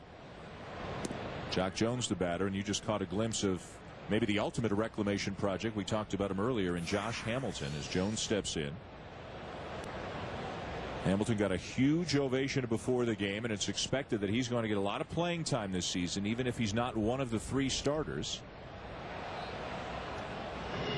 I mean, everybody who saw him before, back when, said just as good a talent as anybody's ever seen. Could do everything, and the All-American kid, first overall pick in '99 until drugs and alcohol got a hold of him. I mean, and the Reds saw that in spring training. He hit monster home runs. He made throws from the outfield wall. Off the foot of Jones, foul ball. He made a throw from the outfield wall and a laser to throw a guy out at the plate that people just are still talking about. He has, when they talk about 5 tools, that power, that arm strength, that speed, he has all of the tools to play the game. The question is, are they translated into skills? Typically, tools take development. They take minor league games to develop into skills to play the game. He's had 15 minor league games in the last 4 years. Amazing. And he excelled in spring training. It's one of the most unbelievable stories that people need to understand. It just doesn't happen like this. The game's harder than that. It should be. It was for me. But what a great story and an inspiration. And I mean, somebody will make a movie about this because what he has gone through and overcome, and the people in the support group around him, it really is amazing. Bouncer up the middle. Great stop. The dive to the bag, but not in time. Gonzalez with an A effort, but could not lunge back to the bag in time, and that'll be a base hit for Jock Jones. Well, as much as that goes down in the books as a single, that should be a sign of hope for the Cincinnati Reds fans as you hear them stand and cheer right now. Shortstop defense was a major problem last year for this team, and they just saw a glimpse of the dramatic improvement they're going to get out of the middle infield this season. That is a tremendous effort in play by Alex Gonzalez, one of the best defensive infielders in the game.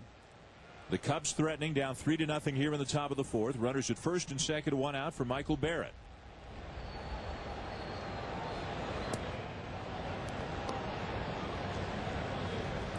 When you have a faulty defense in the infield, it changes the way pitchers pitch at times. They want to try to miss bats. They want to try to work around it to try to get easier plays. When you know you can throw it over and the guys behind you can make plays for you, it completely changes your level of aggressiveness. And when you have a staff that's not outstanding to begin with and the defense behind them isn't great and you play in a hitter's park, I mean, it's just kind of a recipe for disaster for the confidence of the pitchers. And the Reds don't have the payroll to go out and dramatically do what the Cubs did. They had to look for subtle ways to improve their team. Defense is a good one. The change with Friel in center field, with Alex Gonzalez at shortstop. They are a better team just by some of the shifts. They went around a 1-2. Barrett not happy with that call from Randy Marsh. Catchers always expect to get the benefit of the doubt, don't they, behind the plate there?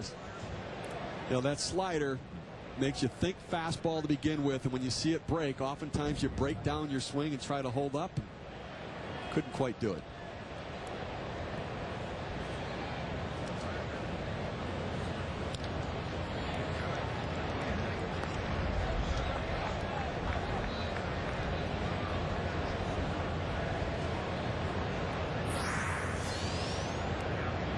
Clayton and Felipe Lopez, who both spent time with Cincinnati last year. You can see how Gonzalez's numbers compare favorably with both of them.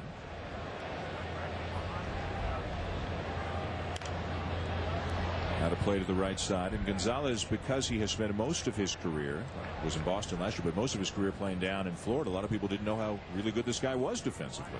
He is. And what I like is they got him at a very good contract as well. I mean, where all of the other guys, Julio Lugo went for $9 million a year. He's in about the $3.5 million per year range, and you're going to get better defense from him and a little bit of pop in his bat as well. 2-2, and another nice block there by Ross. Good form. Outstanding job. That slider oftentimes comes up a little short to keep it in front. Again, in a 3-2 game, if that ball goes to the screen, you're talking about 2 runners getting in scoring position. See Ross setting up outside. Outstanding job. Collapses, goes to his knees, rounds his shoulders, glove, protects the hole through the middle. Textbook. Full count pitch.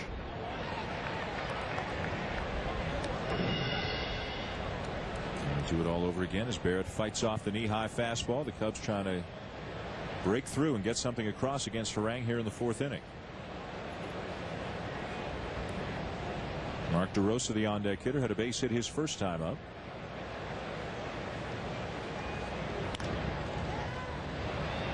Shallow right field over near the line. Griffey will run it down. Second play he's made out there in the right field today, and he's looked pretty comfortable on both of them. And for the Reds fans, whether it's Dunn's home runs, Gonzalez's effort, Friel's hustle, Griffey's playing right, they've had a lot to cheer about here early today. Well, that's saying thanks for moving to right field, Ken. And they asked him, how are you going to be out in right field? He said, listen, I play baseball. It's what I do. Tracking the ball for him isn't going to be tough. I mean, he missed the first 22 spring training games this year, recovering from the broken hand. The first game back, 2 for 4. I mean, he can play. He's a baseball player. Nothing too hard for him on the field. So now 2 on 2 out, and the batter DeRosa. And that one's going to get away from Ross. Tried to backhand it, may have hit his shin guard, and then bounced to the backstop, and the runners will advance. Well, Harang throws that slider down in the dirt quite a bit, trying to get the hitters to chase. You see where Ross did a good job earlier blocking it. He kind of reached across his body for that one and skipped away. Scored a wild pitch, but Ross will be the first to tell you if he could do that one again, he'd play it differently. Now a base hit could score a couple. Pitch upstairs, and the count 2-0 on DeRosa. Former quarterback at Penn back in his college days. Well, this would be a great situation for DeRosa to win over the Cubs fans early in his Cubs career. 3-0. Harang may be opting to go after Cesar Asturis in the on-deck circle in this situation.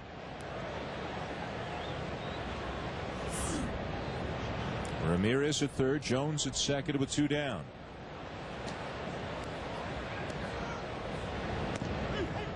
Belt high strike, 3-1. Not really where Harang wanted that pitch to be, though. Kind of an up and in fastball, and they were set up down and away, and a dangerous pitch. Although likely taking on 3-0.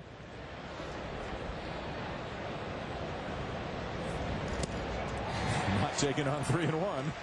Well, same spot. Aaron Harang, maybe hitting a little bit of a wall here because he's missing. David Ross is setting up down and away. You see where they're set up where the glove is, and that ball's coming up and in. That's a danger zone right there, particularly on a 3-1 count when the hitter's looking for something to drive. Let's see if he tries to overpower him again with a full count. 3-2. Fastball fouled off to the right. A little bit better where he wanted it there. Extended out in front to be able to get to the outer part of the plate.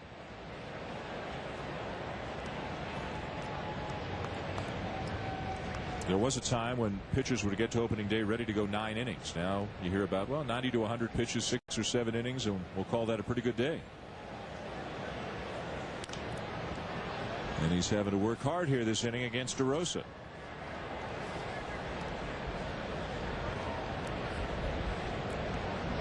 You see most teams, just about all teams, carrying 12-man pitching staffs. One team, I'm trying to remember who it was, is carrying a 13-man pitching staff starting the season. Check the swing, up and in, ball 4, bases loaded for his Torres. We talk about pitch counts and numbers of pitches, and it's not always just the total accumulation of pitches. Sometimes it's the concentration of them. How many in a certain inning? We're seeing a lot of pitches this inning from Aaron Harang. Typically, when a pitcher gets beyond 13, 14, 15 pitches, there's some vulnerability to fatigue within the inning. He needs recovery time, and that's where you can make some mistakes. So great opportunity here for the Cubs. Bases loaded, 2 down for his Torres. Out in front, it looked like maybe a changeup there from Harang, and his Torres was out in front as he pops it up on the middle of the infield, and the Cubs will leave him loaded against Harang here in the top of the 4th.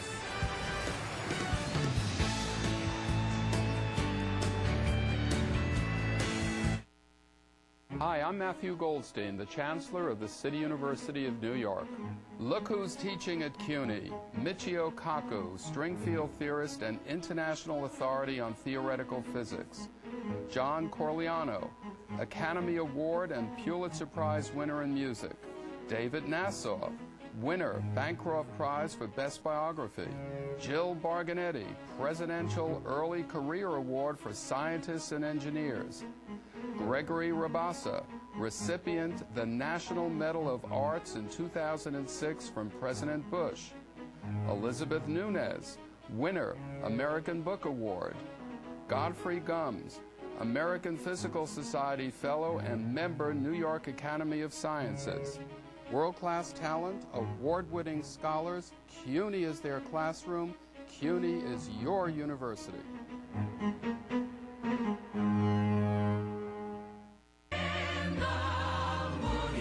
Fall in love with Papa John's new Italian Meats Trio Pizza. Authentic Italian taste from our better ingredients, like our zesty Robusto sauce and 3 hearty Italian meats, ham, salami, and sausage. Get a large Italian Meats Trio Pizza for $11.99. $11.99. Call or click papajohns.com.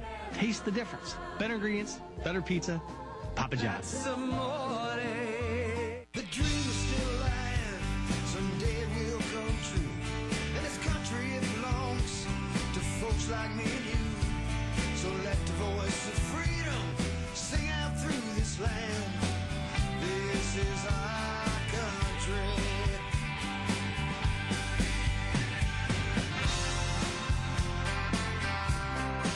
The all-new Chevy Silverado, the 2007 Motor Trend Truck of the Year.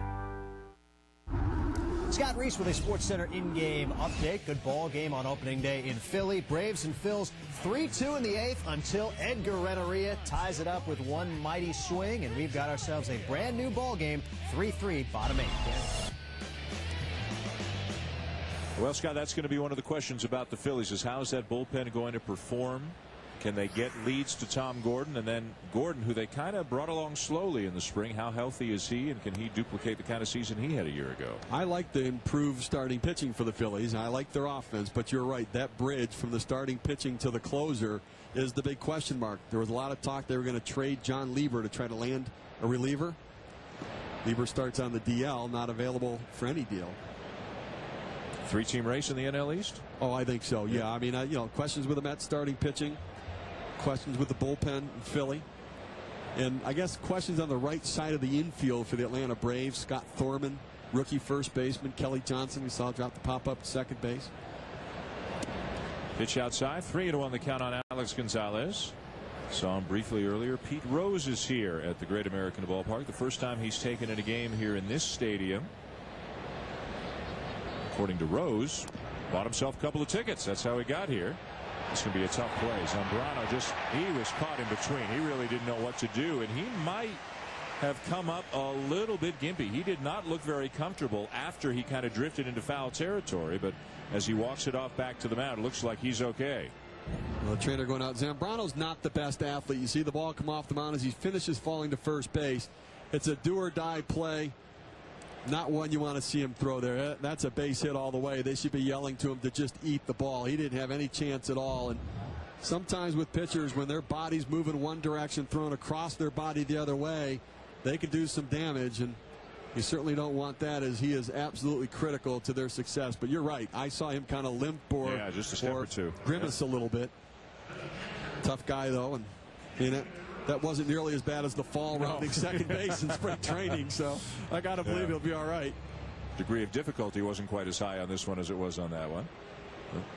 Zambrano's going to stay. Lou Piniella got halfway out to the mound before he turned around after Zambrano had told the trainer that he was okay. And here's David Ross. Drawing the throw is Gonzalez, who has average speed as best, not really a big base stealing threat. Ross had 21 homers last year and just 252 at bats. Over the deal from San Diego as he rips one foul third base side. You know, when you see David Ross and when he finally got an opportunity to play, the production he delivered, there are other players out there like him. And it takes good scouting and recognition to try to find them, and then a place where they can get an opportunity to play to show that they can produce. And I mean, who would have known? He bounced around to 3 or 4 different teams and finally got a chance to play and showed he had some power. Zambrano's kind of preoccupied with Alex Gonzalez here at first base. And no reason to do so. Gonzalez one stolen base last year. Now, again, the Red Sox didn't run very much, but you're right. He's not a big base stealing threat. Ross, not a guy that's a typical hit and run. Ball and a strike.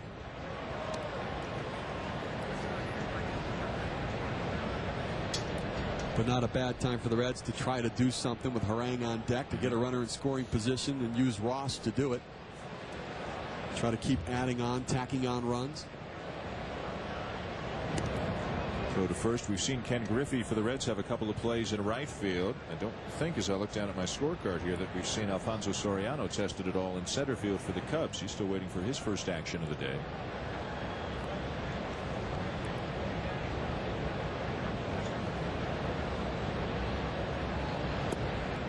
Between Soriano and center, Griffey and right, Josh Hamilton here, the Zambrano contract, the Cubs being sold. There's a lot going on here this afternoon. Lou Piniella, 2 home runs. That's right. Yeah. Now, the outfield defense for the Cubs is a question mark because in left field, Matt Merton and Cliff Floyd are not known for their defense. They're bats. Soriano, new in center field, going to have to feel his way through. Jock Jones is adequate in right. Down the right field line, Jones will have a play. Clear territory. He'll make the catch for the out. Gonzalez back to first. Scott Reese and Tim Kirkjian have an update. All right, Dan, and quite an opening day at the stadium. Yankees and Devil Rays, 5-3 Rays, bottom 6. Derek Jeter right back up the box. And that ties the ball game at 5. Rays out of the inning, so we move to the 7th inning in a tie game. We'll keep you posted, guys. This over on ESPN. All right, Scott, thank you. Here, runner at first, 1 out for the Reds in the bottom of the 4th. A 3-0 lead for the Reds. Aaron Harang, the batter, not a good hitting pitcher. Shows bunt, pulls the bat back, shows bunt again, and he bunts right through it. Harang had 5 sacrifice bunts executed last year. Only a 108 hitter. He's not much of a threat with the bat. He had 1 walk and 35 strikeouts last year. So, I mean, there's no reason to get cute with him. Go at him. Get him out. It's the bunt down. Zambrano thought about throwing to second. Settles for the sure out. A sacrifice for Harang. Moves Gonzalez to second with 2 down. Well, let's take a look now at some of the players to watch this season, presented by Right Guard Sports. Well, you take a look, and there are some players coming back in trying to reclaim their career and turn things around. Sammy Sosa back with the Texas Rangers, trying to get to 600 home runs. Rich Harden could be the difference maker in the American League West. If he's healthy in the ace, he could lead the A's to the postseason. Carl Pavano, we saw he's already removed from that game at Yankee Stadium. Kip Wells, Bartolo Colon. Ground ball out to second, flip to first, Frio gone and the inning over. As the Reds leave a man on, we're through 4 at the Great American Ballpark. 3-0 Reds. Don't think of them as tools. This is not a saw, it's a deck. So we can grill out. And this is a shelf for our vacation pictures. And this, okay, really? It's the Home Depot Tool Event. Get an instant $35 to $500 off from power tools and wet dry vacs to generators and more. Now through April 11th. So this is my nice clean garage, right? The Home Depot. You can do it. We can help.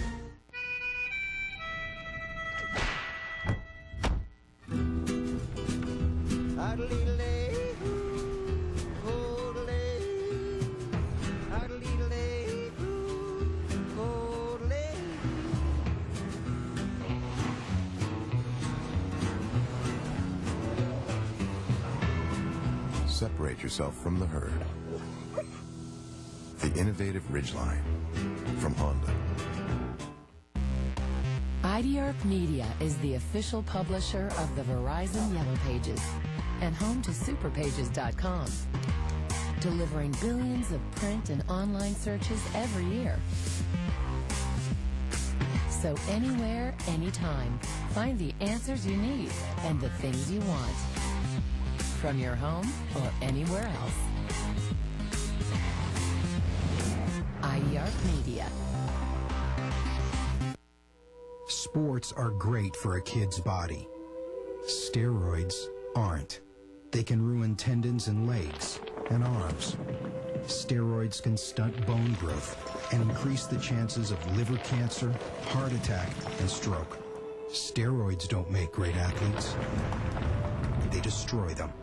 Talk to your kids. Need help? Get help. Visit drugfree.org. Welcome back to Opening Day Baseball, built by the Home Depot. Dan Shulman and Steve Phillips with you here in Cincinnati. Glad you're along with us. We'll be joined by Oral Hershiser on Wednesday. Now we'll be in St. Louis for the Mets and the Cardinals. It'll be John Maine against Braden Looper, a career reliever who has moved into the Cardinal rotation. Carlos Zambrano at least wanting to give the impression that he might try to bunt his way aboard. Because we've seen he can really run. Yeah.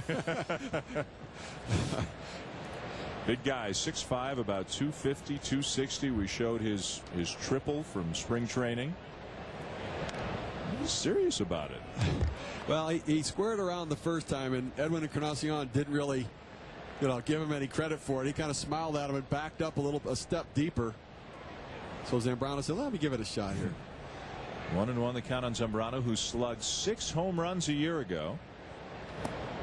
1-2. He's got that uppercut going. Definitely a low ball hitter. He takes it as seriously as he takes his pitching.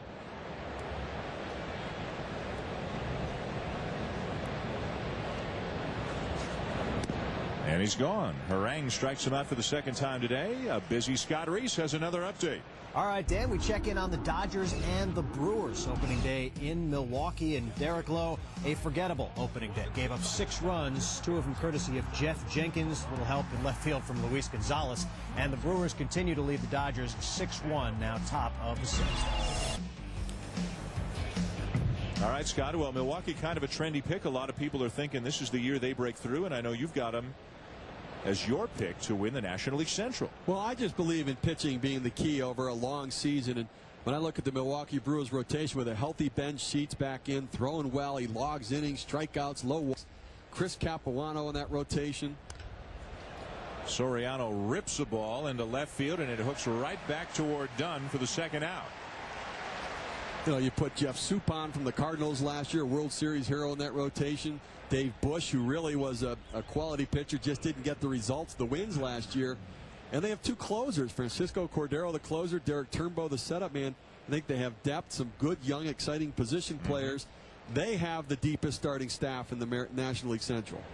Matt Merton, the batter. How high is the ceiling for Fielder and Weeks and Hardy and those young guys you were talking about? I mean, off the charts. I mean, Billy Hall, we saw last year, 30-plus homers. Prince Fielder's only going to get better. Ricky Weeks, I think, is the wild card. I mean, I think he has a chance to be a dynamic offensive second baseman. His defense struggled miserably early in the year last year, worked hard to improve. They've got a long way to climb, you see, but not that long. Is 83 wins, and I think 85 probably wins the Central this year. It's a young team, and they're going to have to overcome some of their youthful mistakes and inexperience. But I love the pitching staff there, and I think it is the best pitching in the Central Division. 2 outs, nobody on, and Harang out in front of 1-2 on Merton. Breaking ball chopped toward third. And nothing that Encarnacion can do with this one. After striking out a couple of times, Merton barely makes contact, but he comes up with a base hit. Well, you know what? You want to get your first hit at some point when you get the season started, just so you don't have to keep putting it off, put pressure on yourself. So maybe not what you really wanted your first hit to look like, but you'll take it. So here's Derek Lee, who has walked and have been thrown out trying to steal, and also hit a fly ball to center field.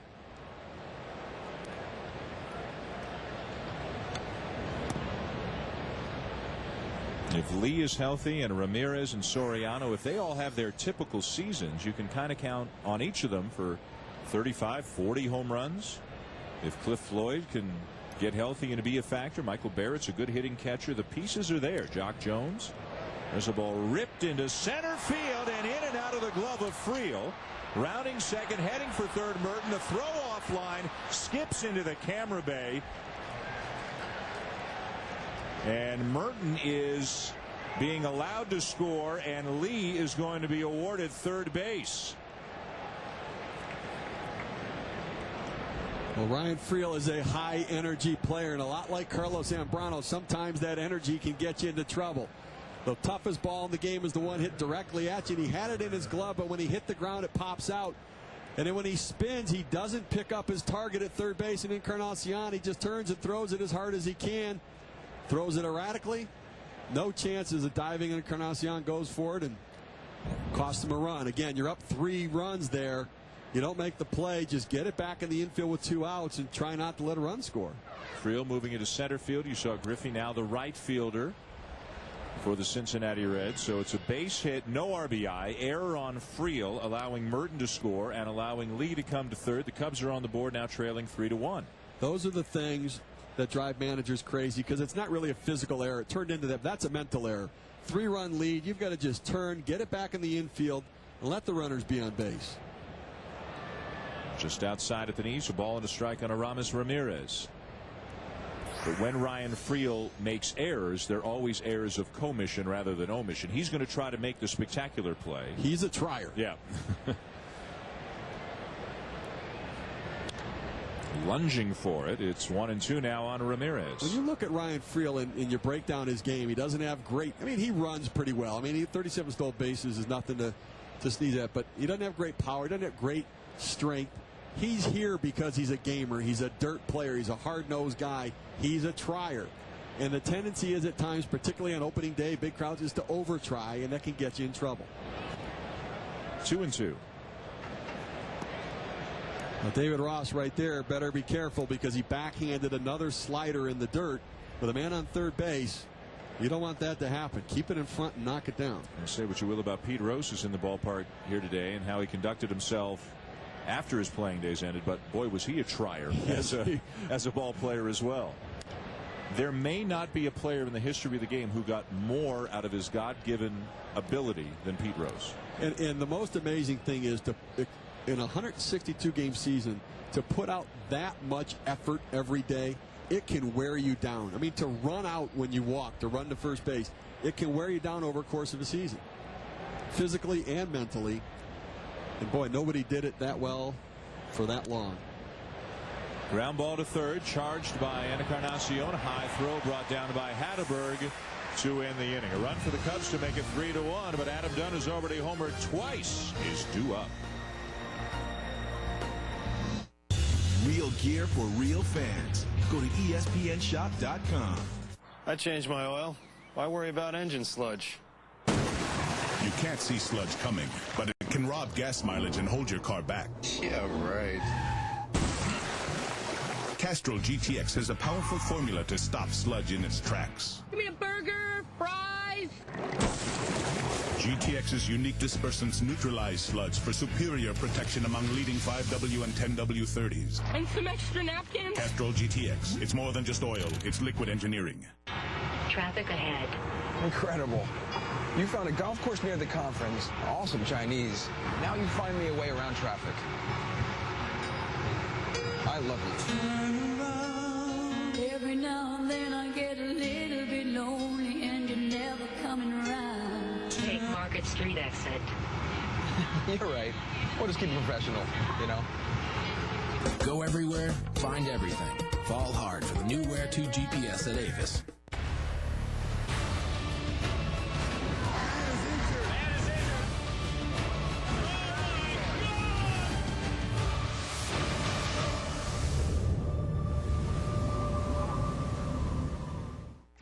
Now get all your favorites in one box. Introducing the new Variety Big Box from KFC. Popcorn chicken, a crispy strip, a drumstick, mashed potatoes, coleslaw, a biscuit, and a large drink. Fill up on all your favorites at KFC.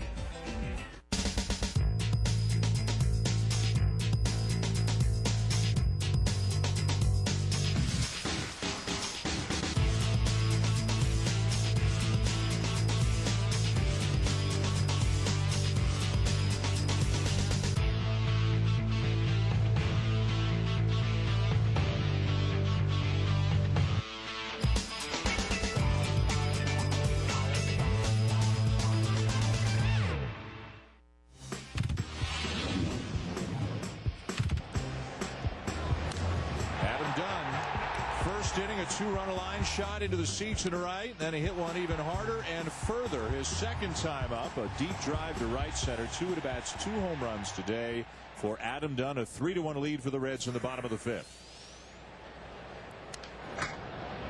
We talked about Brooke Jacoby, the new hitting coach. He had been Dunn's hitting coach at AAA when at about 250 at-bats. He hit 320, hit 20 home runs, drove in close to 80 runs, and put up big numbers. So they're comfortable working together. what they've been working on is trying to get Adam Dunn's hands moving back as he strides forward. Get some separation, they call it, where the hands move back to get to a launching position as the stride goes so that he can deliver the backside through the zone. In the past, he's had really dead hands that just sat very still. And you tend to get a significant uppercut and swing over the top of the ball. That adjustment seems to be working so far. Only 3 times in the history of the game has somebody hit 3 home runs on opening day, all of them coming in the last 20 years or so. Steve's been updating you on Adam Dunn's home run projections for the season after each at bat here today. Well, he'll draw a walk. Still got the perfect on-base percentage as he heads down to first. Let's have Steve break down these swings for you. When we talk about power comes from the hips. You watch his hands move back and the stride go forward. That's the separation they're looking for. That's the first home run he hit. And now you see the second. Hands going back, getting to a launching position. You think about it, if you're going to punch somebody, you're not going to start with your hands still. You're going to bring it back and launch into it. That's what you want to do as a hitter to get some momentum started for the bat to come through the zone to follow your hips. Now Brandon Phillips, the batter. There aren't many home runs, I would imagine, that Dunn hits where he says to himself as he leaves the batter's box, do you think I got it? Did I get enough? He's such a physical specimen. He's going to go to college, be a quarterback, and he's gotten so big and strong now. I mean, you really look at it. His ball hit Phillips on the inside pitch, but with Adam Dunn and that size and strength, you just want him to make contact because he is so strong that he can do things that you wouldn't think anybody else can do.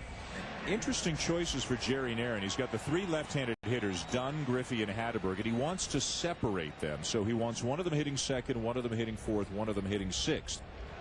He doesn't want Griffey hitting second, and he doesn't want Hatterberg hitting fourth. So he's got some options. But not only does Dunn find himself hitting second, which is kind of unusual for a guy like him, but also now you're looking at Brandon Phillips, and he's been entrusted as the best right-handed bat they have with the number 3 spot in the order. And maybe it's a work in progress. Maybe it'll work beautifully. But some interesting decisions made in the spring by Jerry Naron. Well, he has some real options, I think. Griffey, the batter.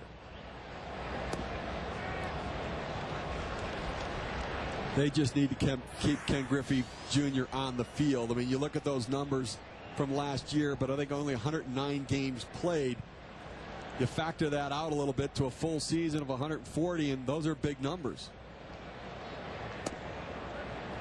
Zambrano missing the outside corner on back-to-back pitches. He's already walked 4 today. You talked about the 115 batters he walked last year. And now Larry Rothschild, the pitching coach, is heading back out to the mound. Well, walks are always an issue for a pitcher. It's extra man on base, but it also puts your infielders asleep. They get back on their heels a little bit. You want to give them a chance to make plays for you. I mean, not his best day for sure for Zambrano, but he'll get it on track. Major League Baseball on ESPN continues with Wednesday Night Baseball as the New York Mets continue their series or wrap up their series against Albert Pujols and the defending World Series champion St. Louis Cardinals. Wednesday Night Baseball on ESPN2 at 8 Eastern, also available in high definition on ESPN2 HD. The weather that was in St. Louis last night is here in Cincinnati today. They raised the banner at a Busch Stadium. They're giving out the rings tomorrow night. 2-0 pitch, line just beyond the reach of his Torres into left field. A base hit for Griffey, and the Reds have him loaded with nobody out. Well, this is why Ken Griffey Jr. is such a special hitter. We know about the home run sweet swing that he has, but twice today he's gone the other way. He continues to get off-speed pitches and ball in the outer half of the plate. And he says, I'm not going to try to do too much. Let me just put it in play. Good piece of hitting. Asturis just couldn't quite get there. A little longer glove, and I think he might have had a shot at that one. So a chance for the Reds to blow it open here in the bottom of the 5th inning. The Cubs got a run in the top half of the 5th to make it 3-1, but the Reds have the bases loaded, nobody out here in the bottom half. And here's Edwin Encarnacion, who hit over 300 last year, but the runner's in scoring position. He's 0 for 2 today.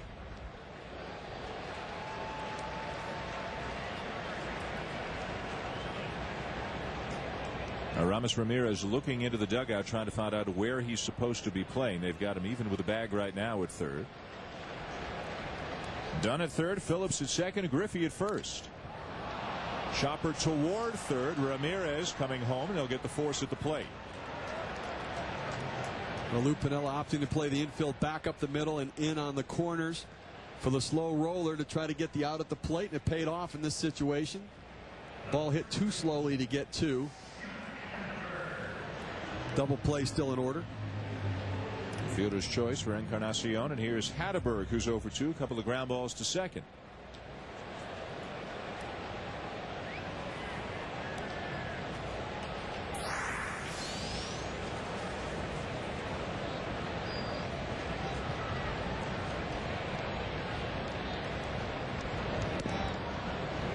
The command just has not been there for Zambrano today from the moment this game began. It'll get there, though. Yep. He's one of the best.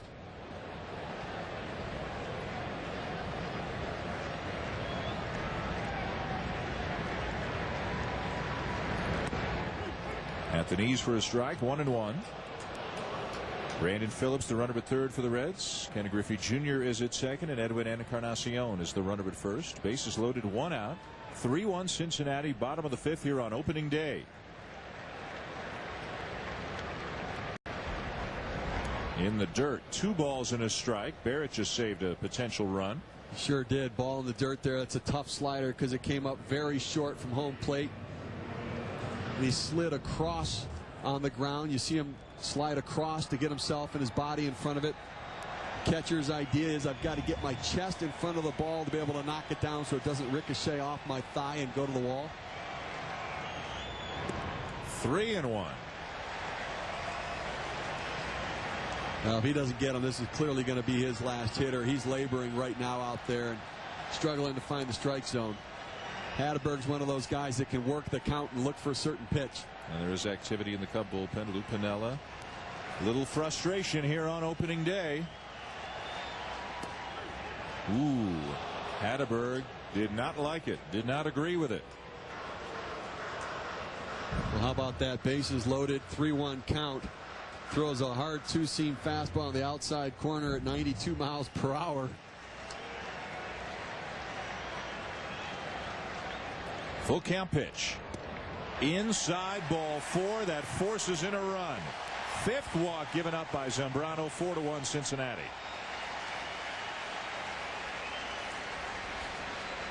Well, he said it earlier, the walks last year 115, and he has too good a stuff to try to miss bats as much as he is. Now today I think he's just laboring. Now he's not even close to where he wants to throw that as he's overthrowing and obviously disappointed in himself and frustrated where he is. I'm surprised they're leaving him in here. I mean, I know it's early in the game still, but you have a fresh bullpen, and I know he's your ace. You want to give him a chance to work through the 5th, but you can't let it get too far away either. Alex Gonzalez, the hitter, first pitch swinging, lines a ball to left field. Right at Merton, who makes the catch. Tagging at third, Griffey. He'll come in to score easily. Sac fly Gonzalez, 5-1 Reds. Well, situational hitting is very important. You get runners in scoring position. Do what you have to do to get the run in.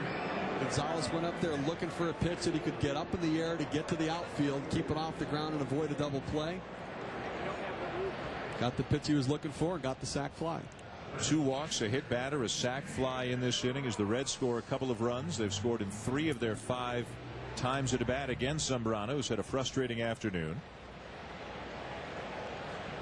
Off day for these 2 teams tomorrow. They'll play again Wednesday and Thursday. Here's David Ross, who's grounded out and flied out. First and second, 2 down.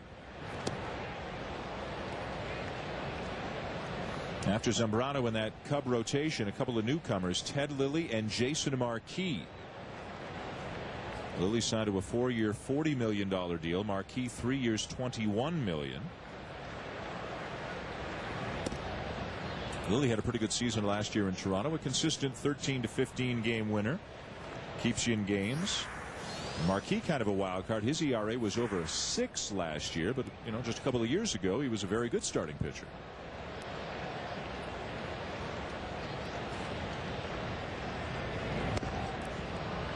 One of the things that baseball people do and scouts, they believe that if you've seen a guy do it once successfully, that it's in there, and then it's up to the development or the coaching or the instruction to pull it out on a more consistent basis.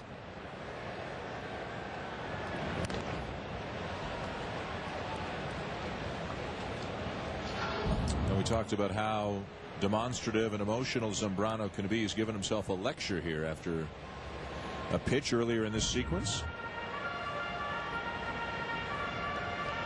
You gotta love the enthusiasm, though. He's into it 100%. He just sometimes has trouble controlling his emotions.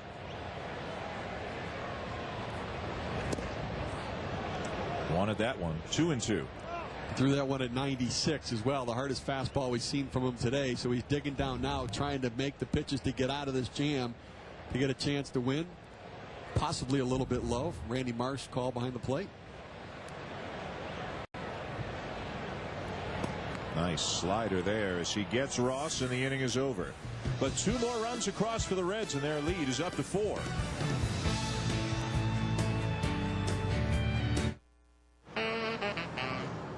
So, 12 o'clock tea time, someone rear-ends us. Day shot, right? Except I just switched to Progressive Direct Online.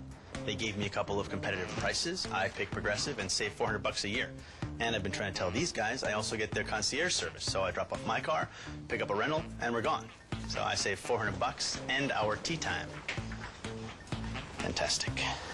Progressive Direct. It's about you. And it's about time. Sign up online and save $50. And now, a Roadrunner heist. What's that? The internet from David's house. What about?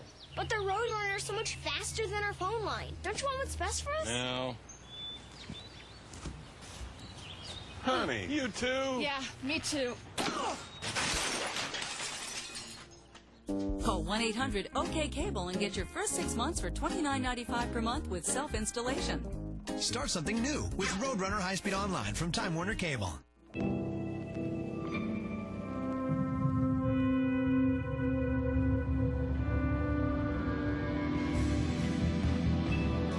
Each note comes alive, as though it were performed live. This is the experience of the Infinity Studio on Wheels. Inside the all-new Infinity G. Sound beyond machine. I'm Alice Klodnick, and I am 100 years old. Indeed, I did fall for a younger man. He kept asking me to play tennis with him, so I thought, well, this is one way to get rid of him. I didn't tell him I was state champion. Best decision I ever made was to marry him, to succumb.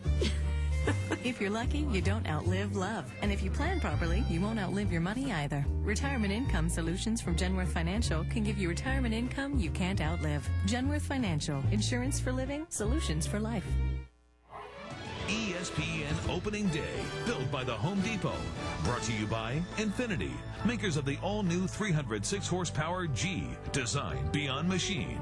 Genworth Financial, insurance for living, solutions for life. And Olivia, redefining high def. The Reds Hall of Fame right next door to the ballpark here in Cincinnati, and so much great tradition for baseball here in Cincinnati. Obviously, if you go back to the Big Red Machine and consecutive World Series championships in '75 and '76.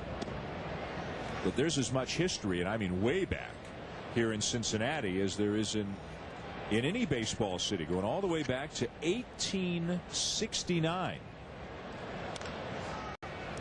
Jock Jones grounds one out to second, and he's retired for the out.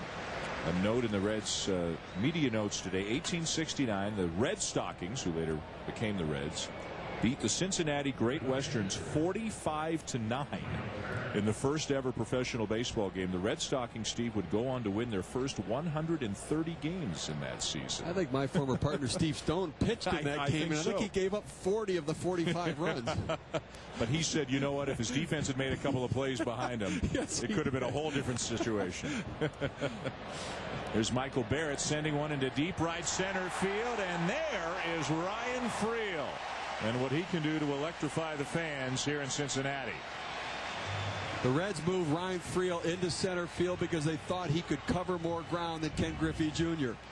He gets a great jump off the bat, great angle to the ball, finds his spot, and adds a flair of the dramatic.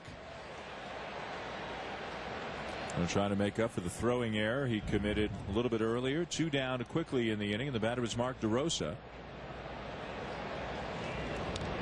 You know, when thinking about the switch of Griffey to right, trying to think of another situation, I guess maybe Cal Ripken moving from short to third. There are some similarities. It's a little bit, it can be a delicate situation depending on how the superstar handles it and how management handles it. There's a fly ball to right field. Griffey tracking it back. Has room, and very quickly, and Aaron Harang needed a quickie. He gets out of the inning. 3 up, 3 down. This hot fudge shake combined with the Oreos is the #3 top invention in all of history. What are the first two? Well, #1 is the doorbell, and #2 is still open. I mean, it's anybody's game. It's not like the radio or the telephone like that. Not that I know of. But this thing's cool. What's this? It's a visor. All right, #2. Hot fudge shake made with Oreo cookies. New at Sonic. A favorite childhood cookie blended with hot fudge into a cool, creamy treat. Pay the Sonic way. Swipe your credit or My Sonic card from your car.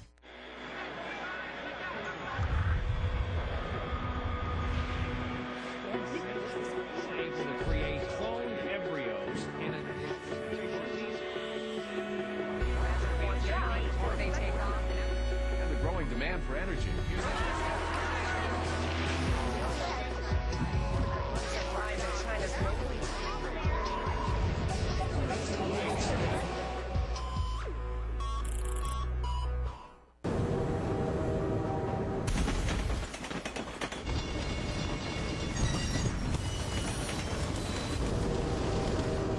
We knew the 2007 Motor Trend Truck of the Year would be a tough act to follow.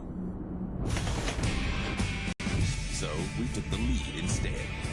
Introducing the most powerful heavy duty on the planet, the all-new Silverado HD. This is our country. Back here in Cincinnati, a 5-1 lead for the Reds over the Cubs. Bottom of the 6th inning, opening day, built by the Home Depot. Well, history was forever changed when Jackie Robinson became the first African American in the modern era to play Major League Baseball.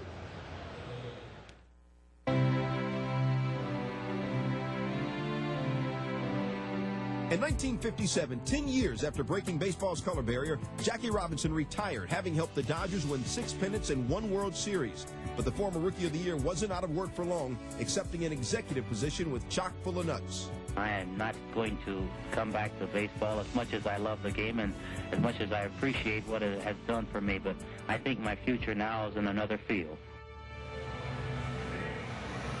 Well, on the 60th anniversary of Jackie Robinson's first Major League Baseball game, we will honor a man whose impact will never be forgotten, celebrate this historic occasion at ballparks nationwide on April 15th, and watch the national ceremony live from Dodger Stadium. It's a Sunday night game, the Dodgers and the Padres, 8 Eastern, ESPN, April the 15th. 5-1 Cincinnati, bottom of the 6th. And a couple of changes for the Cubs. A double switch is Ryan Terrio, a good utility man for the Cubs, young player with a lot of ability who's really grown on Lou Piniella over the spring. He comes in at second base, and Neil Kotz, formerly of the White Sox, is now on the mound. Acquired a deal from the Chicago White Sox. You see, he can take the ball. 70 appearances last year. A tough year a couple years ago. This guy was one of the best lefties in the game in a 7th, 8th inning situation. Has struggled a little. Now going to get some innings in work here and see if he can't get back on track. Aaron Harang leading off the inning, strikes out. You know, Aaron Harang going into the top of the 6th inning had thrown 97 pitches through 5 innings. You've got a chance to get into the Cincinnati Reds bullpen if you work them a little bit, get them out of the game. The Reds bullpen has struggled in the past. I'm going to test it a little bit now. 6-pitch inning for the Chicago Cubs in the top of the 6th. They didn't work it at all. Harang retired him quickly. Now he's going to be able to take the ball into the 7th inning. Here's Friel, who's walked, singled, grounded out. Been thrown out at second, committed a throwing error, and made a diving catch in right center. A little bit of everything for Ryan Friel today.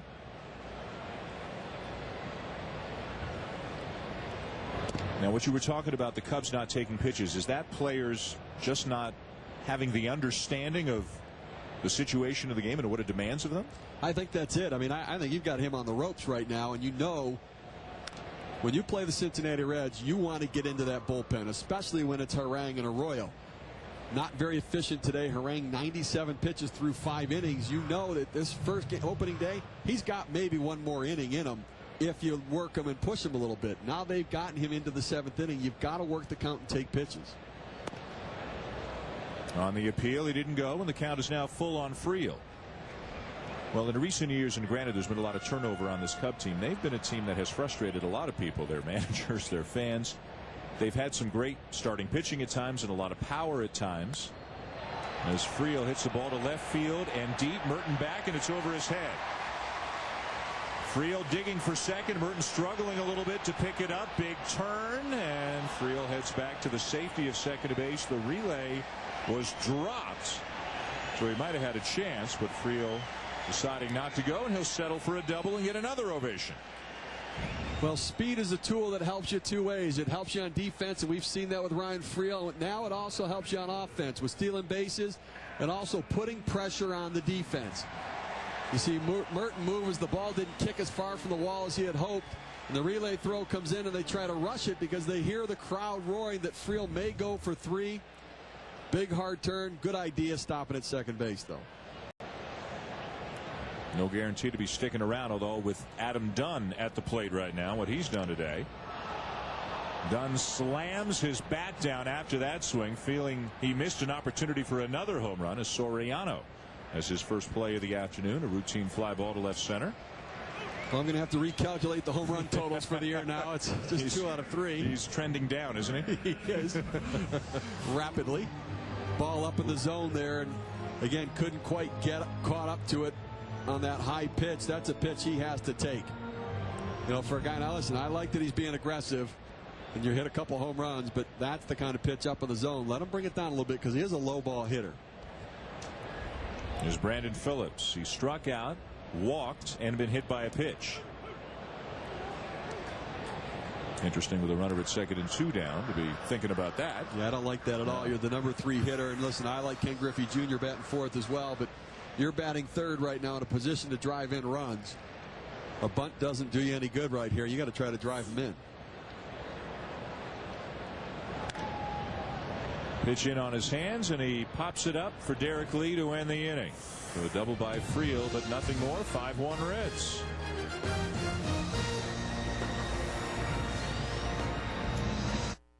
This is a special announcement. The public is entitled to purchase cars and homes seized by police and bank agents. An inventory of cars and homes are available now and will be sold to the public.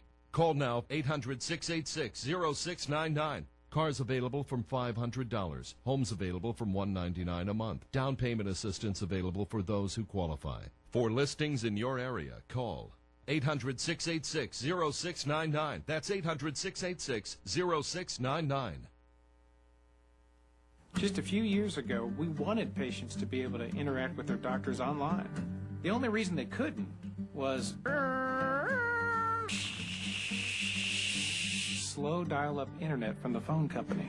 Then cable brought competition to the internet, and speeds went through the roof. High-def video, high-speed internet. Competition from cable revolutionized medicine, brought patients and doctors closer together. Cable competes, we all win. Tough you to me and then drag us all the way out into the jungle.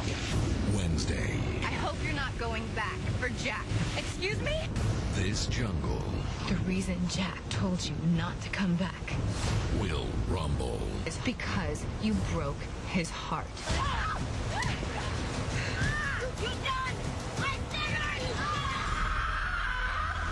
An all-new episode of Lost, Wednesday at 10/9 Central, only on ABC.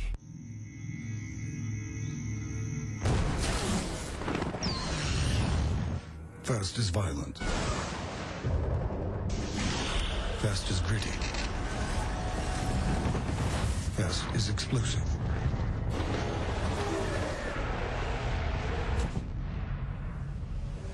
This is the new Fast, the 438 horsepower hybrid.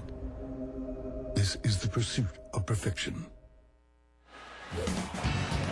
Back here in Cincinnati, George Foster, MVP 1977, part of the parade pregame as everybody made the procession down to the ballpark. But Adam Dunn has been the big story here during the game.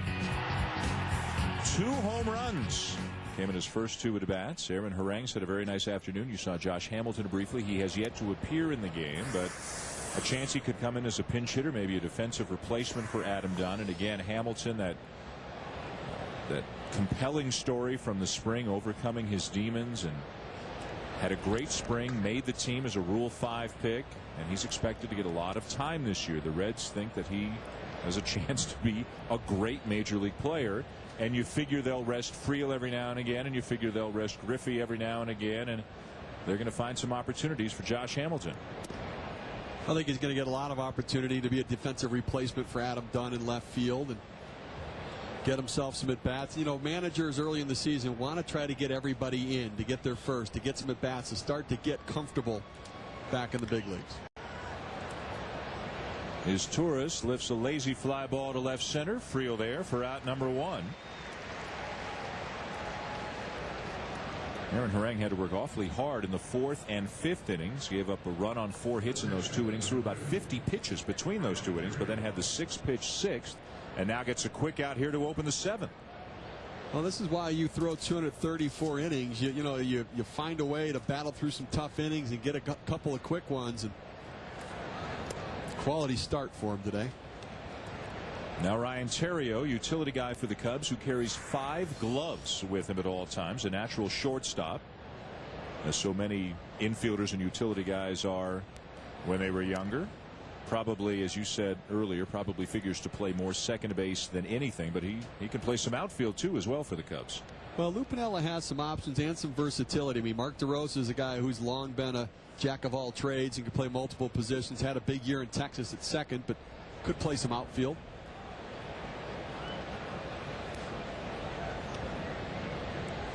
A ball and 2 strikes on Theriot, who Lou Piniella said really grew on him during the spring. The more he saw him play, the more he liked him. Maybe a poor man's Ryan Friel, for lack of a better way to describe him. Harang gets him 2 down, 6 in a row now set down by the big right-hander. Watch your team's out-of-market games live from anywhere. Live Major League Baseball right to your desktop. Go to ESPN.com and search MLB.TV. Sign up today. 5th strikeout of the afternoon for Aaron Harang, who led the National League with 216 a year ago. Here's Soriano, 1 for 3.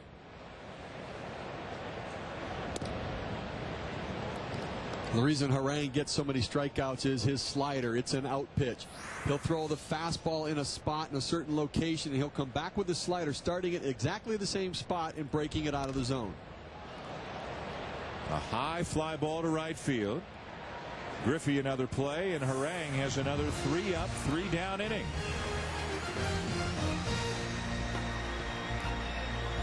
Buy you a Chevrolet, go buy you a Chevrolet. If you give me some of your love, nobody can shut that Chevy down, 'cause that brand new Chevy is mine. I like my reach down low, and my top lit. Let you see me ride 24 in my Impala with. No, we're not the jet set, we're the old Chevrolet set, but ain't we got love? No, we're not the jet set, we're the old Chevrolet set.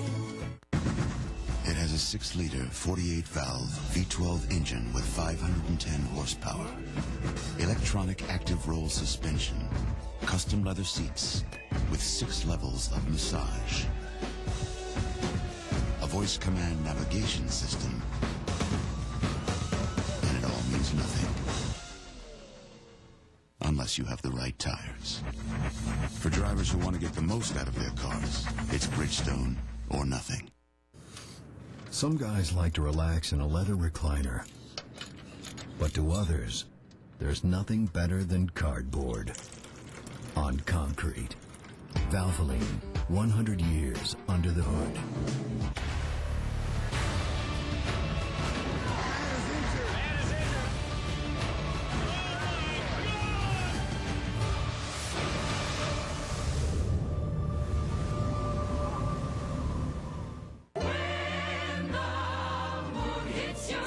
fall in love with Papa John's new Italian Meats Trio Pizza. Authentic Italian taste from our better ingredients, like our zesty Robusto sauce and 3 hearty Italian meats, ham, salami, and sausage. Get a large Italian Meats Trio Pizza for $11.99. $11.99. Call or click papajohns.com. Taste the difference. Better ingredients, better pizza, Papa John's. Well, a fine afternoon for Aaron Harang. 7 innings, 1 run allowed, an unearned run, and high fives all the way around in that Cincinnati dugout. An impressive performance. Stumbled a little bit in the middle innings, but got back on track and finishes strong. As we take a look at our pitching summary presented by Bank of America, the same cannot be said for Carlos Zambrano, who battled command issues most of the afternoon. Well, Zambrano battled command issues and didn't make the pitches when he needed to. Aaron Harang had to battle through some difficult innings, but when he needed to, he came up with the big pitch, and obviously the results are there. Well, one of the issues that we haven't touched a lot on today, but it certainly is a big issue for Cub fans, maybe the team has moved past it a little bit, but is what are they going to get out of Mark Pryor and Kerry Wood? We asked Lou Piniella about Pryor and Wood yesterday. The worst thing I think you can do with pitchers, especially when they've had some physical ailments, is to put a timetable on them. And we didn't want to do that with either of them. We basically put them through a routine, but we didn't overload the circuit for them. Everything was going just about on time, except that Wood had a little bit of a setback, and the other kid just needed a little more time to build up a little more strength. Mark Pryor's velocity has not come all the way back, and neither one of these pitchers has come anywhere near all the way back from what they did back in 2003 when they looked like the best 1-2 in baseball, or among them. And Pryor's now in AAA. Kerry Wood is on the DL right now, and the Cubs do have Lilly and Marquis and other options right now, but do you think they can ever rely on these guys? I think they're handling it exactly the way they should right now. Anything they get from Kerry Wood and Mark Pryor is gravy. It's extra. They couldn't plan for it. That unpredictability has taken such a toll on this organization over time, where you come in relying upon Kerry Wood and Mark Pryor, and if they're not ready to go at the beginning of the season, you felt like, well, here we go again. Well, we'll get them next year. Maybe they'll be healthy then. They just have to hope they can get healthy and get back out on the mound. Ken Griffey looks at a strike from Neil Kotz. If you had taken a survey of general managers after the 2003 season, you can have one pitcher in baseball, who would it be? I got to believe 25 out of the 30 guys would have taken Mark Pryor. You saw his delivery, you saw his strength, you saw his poise, you saw his charisma. He had the entire package of what you'd want from an ace starting pitcher. But right now, they have to set these guys up to succeed. Rushing back to get ready isn't the right thing to do for the team, for the organization, or for the individual pitchers. You want them to come back and be here for the long term and be healthy. They need to prove they're healthy down below. A ball and 2 strikes on to Griffey, who's 2 for 2 with a walk today and has played his position flawlessly out in right field.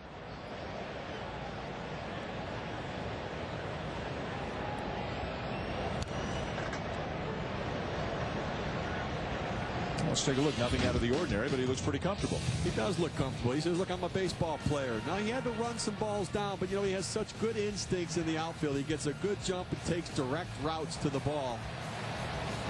Makes it look easy.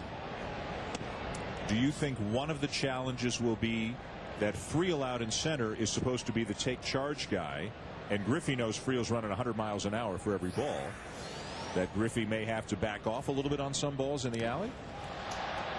Got a hanging breaking ball and skies one into right center. It'll be Soriano to make the catch, and I guess the same applies for Soriano out in center. How important is the communication between the outfielders? See, I think that's a very important point, because when a center fielder moves to the corner, he's used to being the guy in charge. When you have a new player moving to center field, it's time for them to take charge. And whether you have Ken Griffey Jr., a 10-time Gold Glover, a 12-time All-Star in right field, you've got to call him off. You have to be the boss. I think Ryan Friel has that energy. I think it's a little easier for him. For Alfonso Soriano, that's going to be one of the challenges. You have to make decisions, and you have to make quick decisions and communicate with the guys and take charge doing it. That's going to be the difficulty, I think, for Soriano in center field, more so than Friel, who played 44 games out there in center last year. You've really got a couple of infielders, guys who came up as infielders, who are now playing center field at the major league level on an everyday basis. For Soriano, I think one of the difficulties, Arizona's tough. Tough sky, fly balls, tough to read. The other thing with players just playing the outfield for the first time is the third level of the stadium. When minor league players come to the major leagues, they usually play in either one level or two level stadiums. When you get to the major leagues, you have a third level. It's more difficult to pick up the ball off the bat because of that. And I think the conditions at Wrigley are going to be even more challenging for Soriano.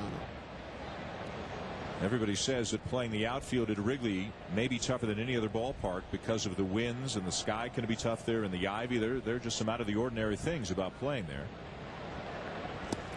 Low and a full count on Encarnacion. The one other issue is this. When you have an outfielder who's not sure of himself and it may be prone to mistakes, I think left field's the best position, because if he misjudges a ball, it turns into a double.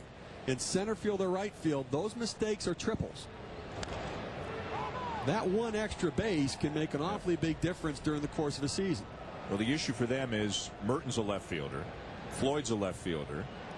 Jones is a right fielder who might be able to cover the ground in center but throws like a left fielder. I mean, there's no really perfect way for them to align their outfield. No matter how they do it, they're going to have some adventures out there, you figure.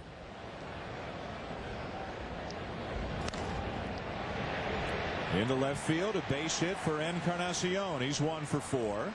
Running aggressively down the line, putting the pressure on Merton to make a good throw back into the infield. Encarnacion's another guy that I think is going to blossom into a quality player. He's going to be around for a long time here. In his rookie season last year, he broke out 15 home runs, 72 RBIs.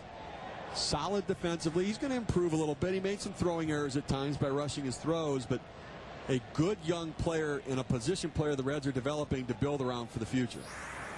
There's Scott Hatteberg. 0 for 2, and he walked with the bases loaded back in the 5th inning. The Reds lead 5-1. We're in the bottom of the 7th. As Encarnacion draws a throw, the shadows are beginning to come into play from some of the light standards that are towering above the ballpark as we move later into the afternoon here in Cincinnati.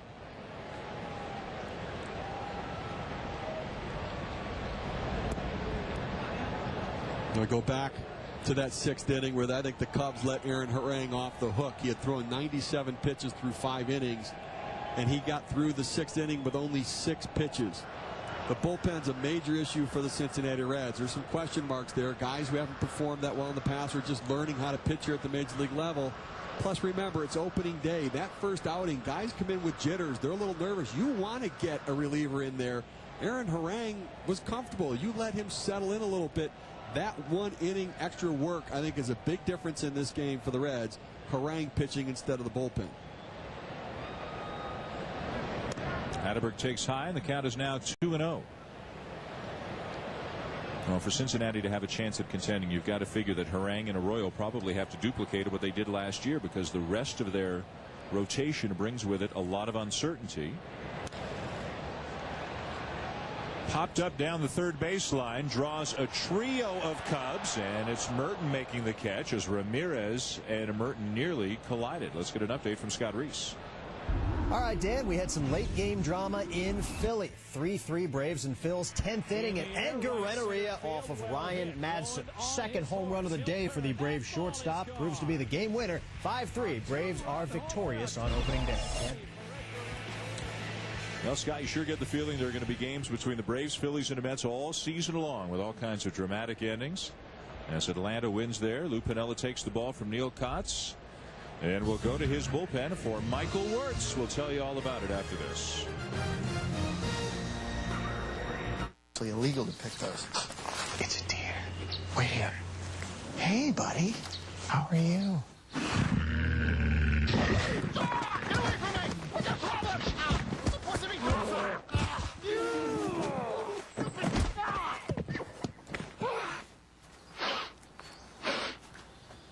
We're good.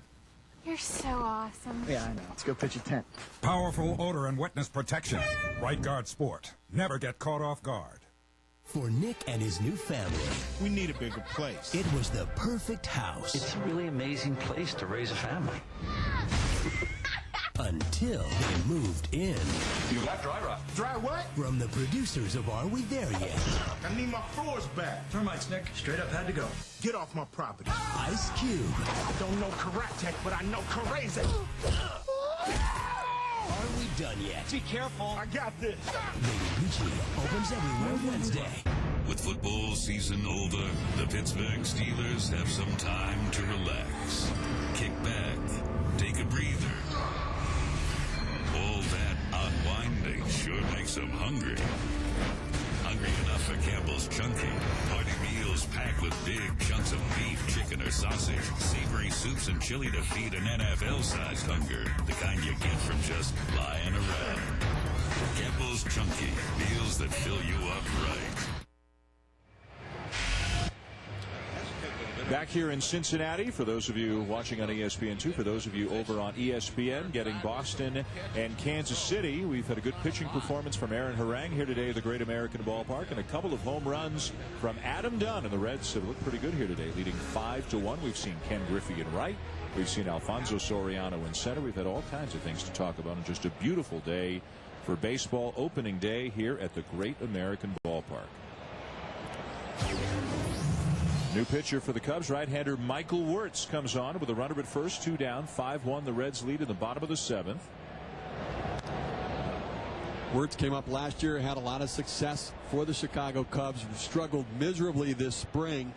Was the last pitcher added to the roster with the thought that, you know what, it was just a bad spring. He had success last year. We think he can do it again. Alex Gonzalez today is flied out, had an infield hit, and had a sacrifice fly.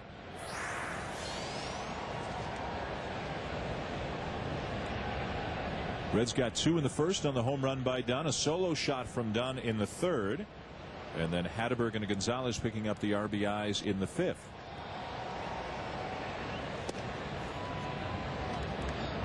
Neil Kotz goes an inning and 2/3 today for the Cubs, gives up a couple of hits, strikes out a batter, and he's responsible for Encarnacion over at first base.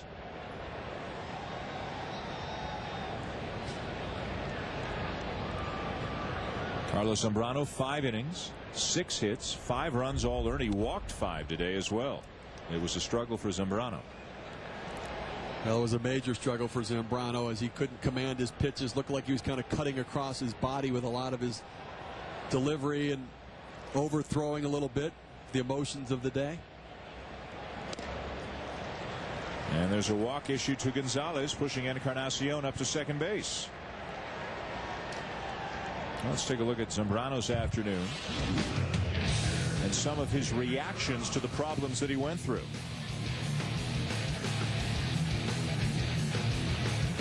Very emotional guy. As you said, opening day, probably a new contract on the horizon. He was really amped up today, and maybe a little bit too amped up.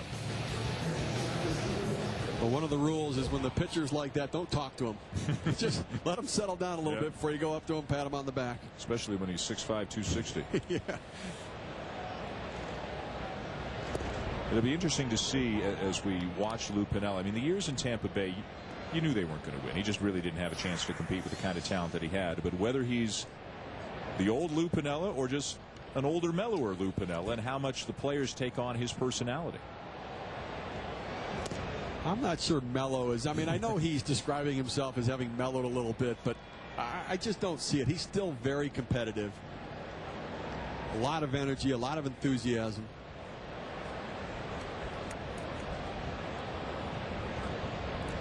And we talked about that he's a fixer as a manager. He's the guy you bring in when things haven't gone right. This is the 3rd time he's taken over a team that the preceding season had the worst record in their league.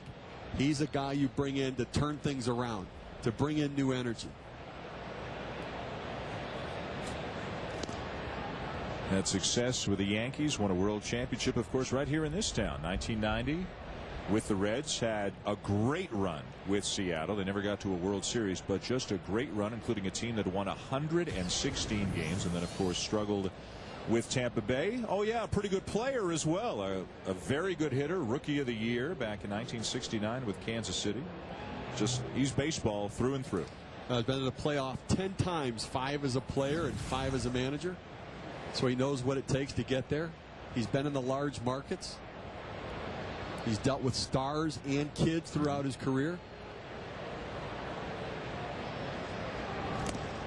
And I think, too, he's universally respected. Like a Jim Leland, he's going to come in and he's going to get your attention. Nobody's going to manhandle Lou Piniella. You know, Lou's known for the tirades on umpires and throwing bags and everything else, but what he's doing is he's sending a message that innocuous game on July 8th is the most important game of the season because it's the one that's being played today. Wirtz strikes out Ross, and the inning is over as the Reds leave a couple of men on. It remains 5-1 Cincinnati, now through 7.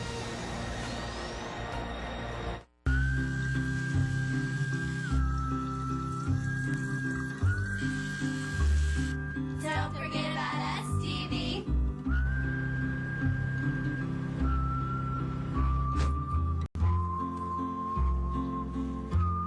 With Glidden Team Colors paint, you can get the official colors of your favorite team. Sir, y'all set. Whoever that may be. Exclusively from Glidden and only at the Home Depot. Baseball.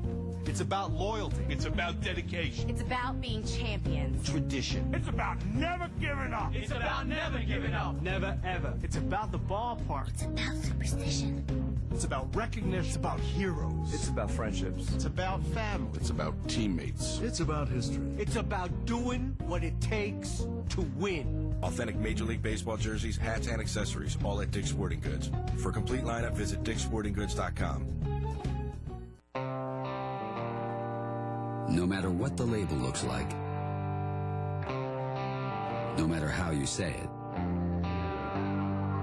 one beer is the perfect choice at any corner bar in any corner of the world. Reach for the perfect balance of flavor and refreshment. Budweiser. Open up a world of taste. An important lesson I learned is to never give up. Major League Baseball and the Boys and Girls Clubs of America teach kids the importance of never giving up. Big kid, big effort, big smile. I guess that's why they call me Big Papi. Major League Baseball is a proud sponsor of the Boys and Girls Clubs of America. Together, they create a positive place for kids.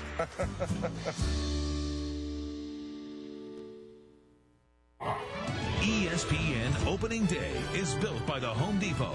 You can do it, we can help. And in part by Dick's Sporting Goods. Every season starts at Dick's.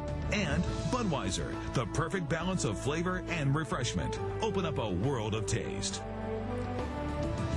Our own Joe Morgan, a prominent member of the Cincinnati Reds Hall of Fame, not to mention the Baseball Hall of Fame in Cooperstown. Reds Hall of Fame adjacent to the stadium here in Cincinnati. We have had a beautiful afternoon here. Feels like an early summer day, not an early spring day, as Kirk Saarloos comes into the game for the Reds. Lost out in his bid to be the 5th starter, so right now settling into the bullpen. His numbers with Oakland a year ago, acquired in an off-season deal, and he's been a versatile guy over the course of his career with the A's and with Houston before that.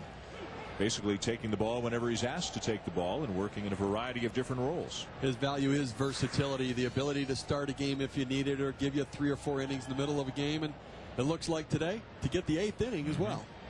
Matt Merton, the batter. And Merton strikes out for the 3rd time today. Herman Harang, the starter today for the Reds. 7 innings, 1 run allowed. It was unearned. Walked 2, struck out 5 through 113 pitches.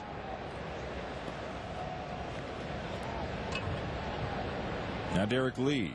He has walked, flied out, and had a base hit to center.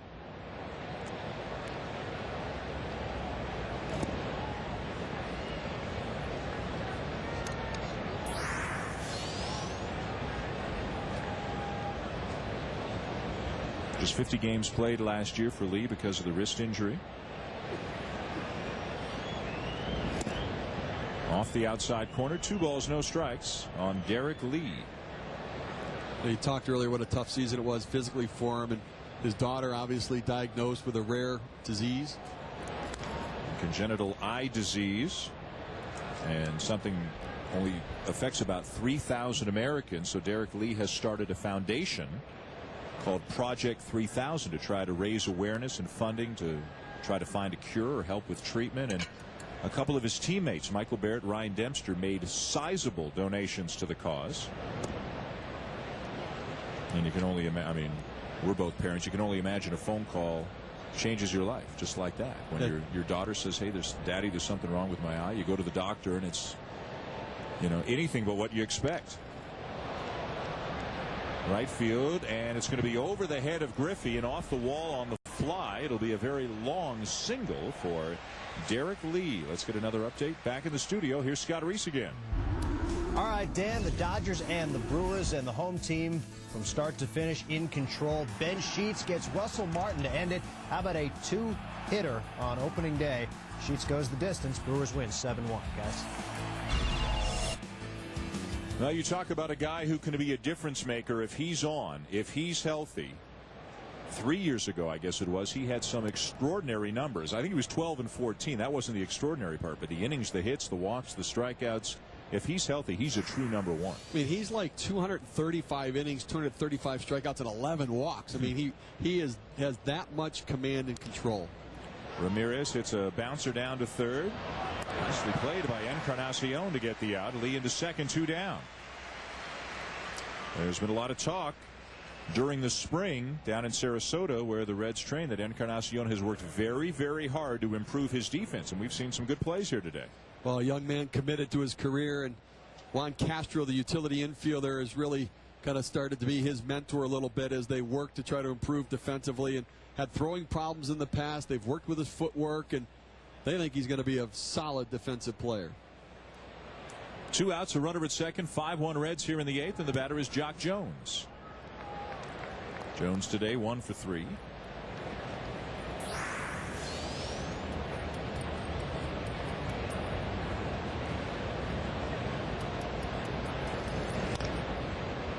And a ground ball for Gonzalez. Just like that, the inning is over. We will go to the bottom of the 8th. Pre-game, Josh Hamilton got a huge ovation. Are we going to see him bat this half inning? Stay tuned. Russell Athletic, ESPN Arena Football, all season long on ESPN2. Now get all your favorites in one box. Introducing the new Variety Big Box from KFC. Popcorn chicken, a crispy strip, a drumstick, mashed potatoes, coleslaw, a biscuit, and a large drink. Fill up on all your favorites at KFC.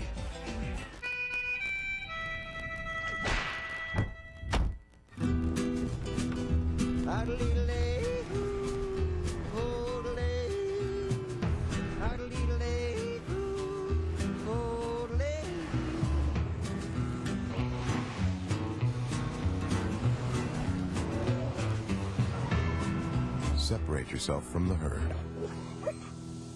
The innovative Ridgeline from Honda.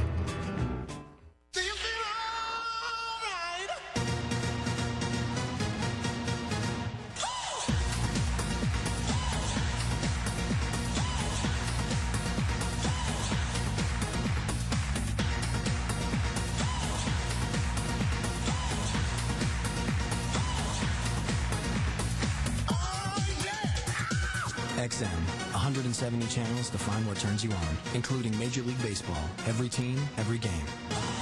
I changed my oil. Why worry about engine sludge?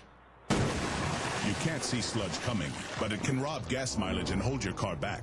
Yeah, right. Castrol GTX has a powerful formula to stop sludge in its tracks. Give me a burger, fries.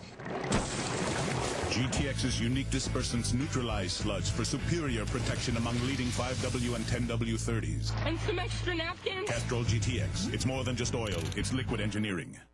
This copyrighted telecast is presented by authority of the Office of the Commissioner of Baseball and may not be reproduced or retransmitted in any form, and the accounts and descriptions of this game may not be disseminated without express written consent.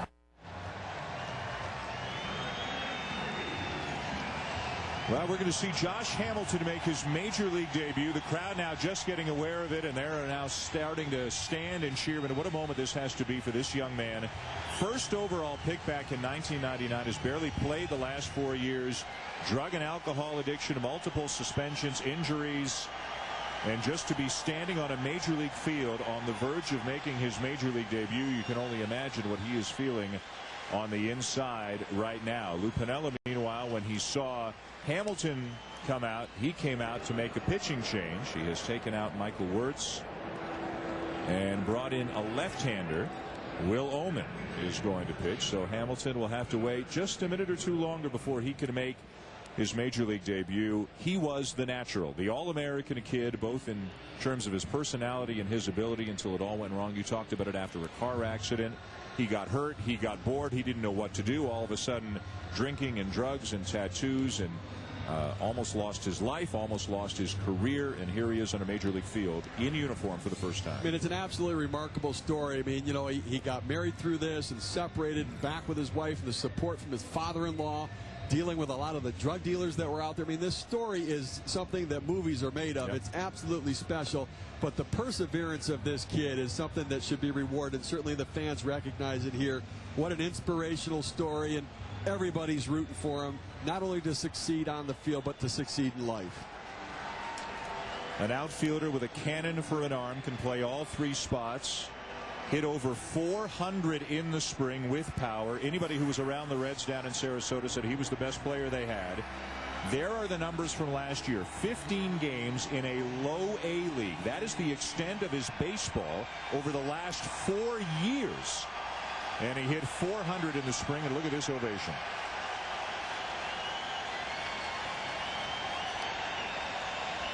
I think oftentimes during pitching changes, we go to break.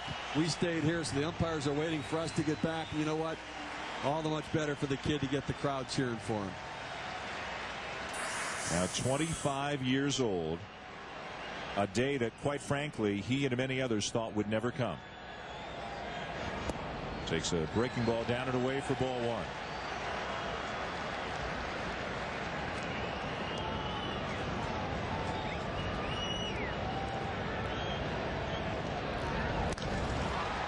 Rips the ball into left center field, and a sliding catch denies Hamilton of what would have been his first hit. Matt Merton with a nice catch.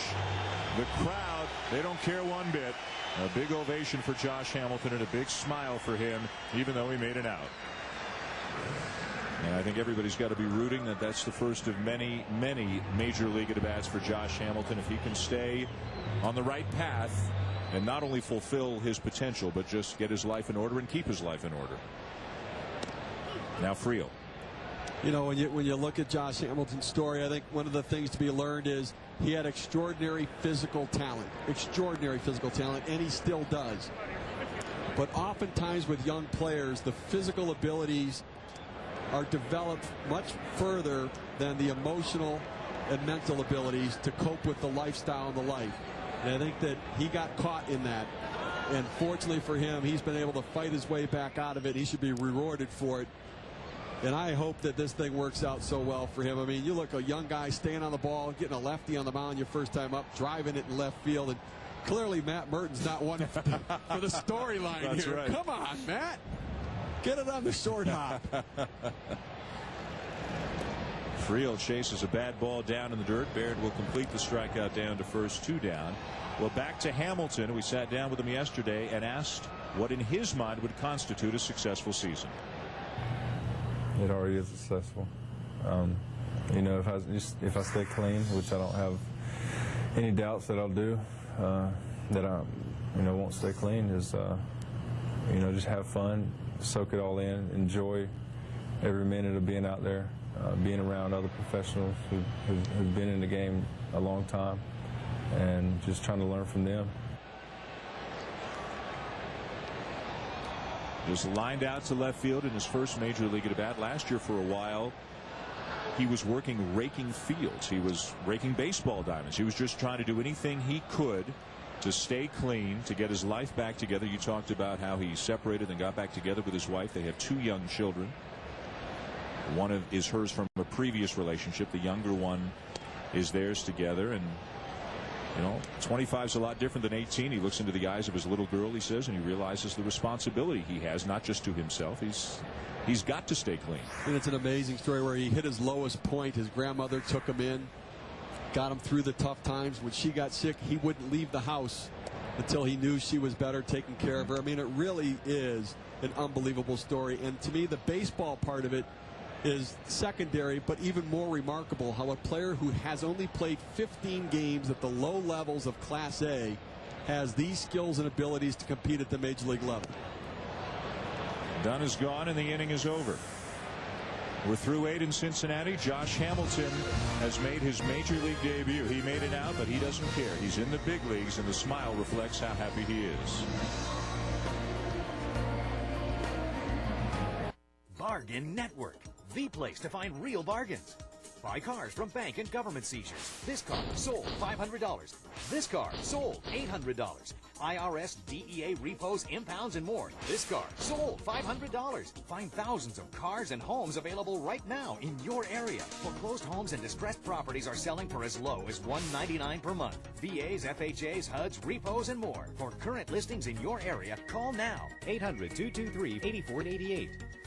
Now, Life Alert can also protect you in a fire emergency. Whether it's fire danger, a serious fall, or other type of emergency, Life Alert is there for you. Thanks to Life Alert, you can live alone without ever being alone. And that's why I wear one. All senior citizens should have Life Alert. Please call 1-800-577-4491 for a free brochure about Life Alert. Call us toll-free now at 1-800-577-4491. I'm gonna kiss it better. Were you with a lady tonight? She seduced him. My friend would like to buy you a drink. Why are you taking pictures of a bunch of banks? Because I'm gonna rob one of them. They had a plan for him. You want me to rob the bank? Now, Look out. He's got one chance to make the wrong things right. Richard Roper hails it's a masterpiece. Where's the money? Rolling Stone raves it's a knockout. Spellbinding. I have the money. I have the power. The Lookout. Rated R. Now playing everywhere. IDARC Media is the official publisher of the Verizon Yellow Pages and home to superpages.com, delivering billions of print and online searches every year. So anywhere, anytime, find the answers you need and the things you want from your home or anywhere else. IDARC Media. Welcome back to Cincinnati and our coverage of opening day baseball, built by the Home Depot. Great American Ballpark, crowd of 42,720, and they've enjoyed themselves. 5-1. The Reds lead the Cubs as we go to the top of the ninth. And the first pitch of the inning is popped back out of play off the bat of Michael Barrett. A couple of changes for the Reds. Josh Hamilton remains in the game in left field, taking over for Adam Dunn after lining out to left in his first major league at bat in the bottom half of the eighth. And a veteran, David Weathers, is on.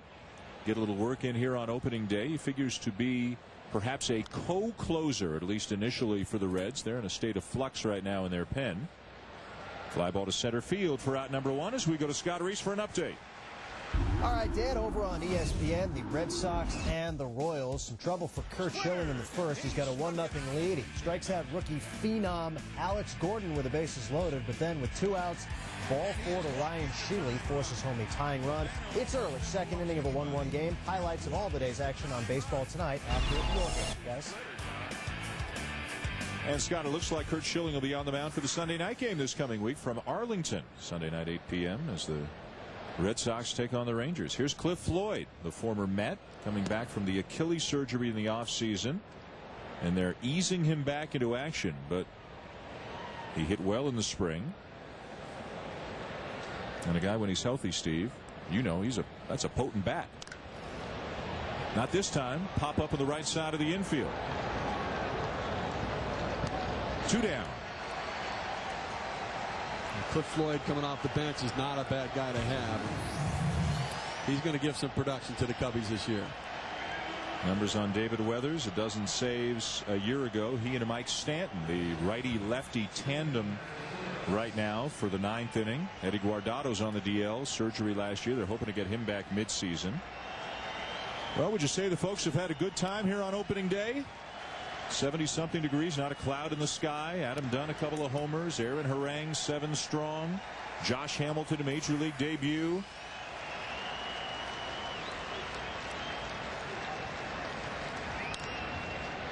Base hit into left field for Cesar Izturis.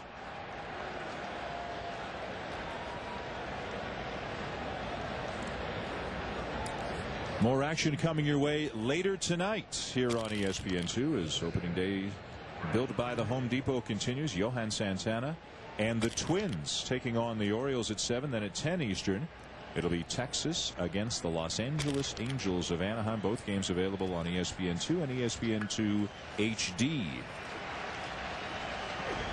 Ryan Theriot, the batter.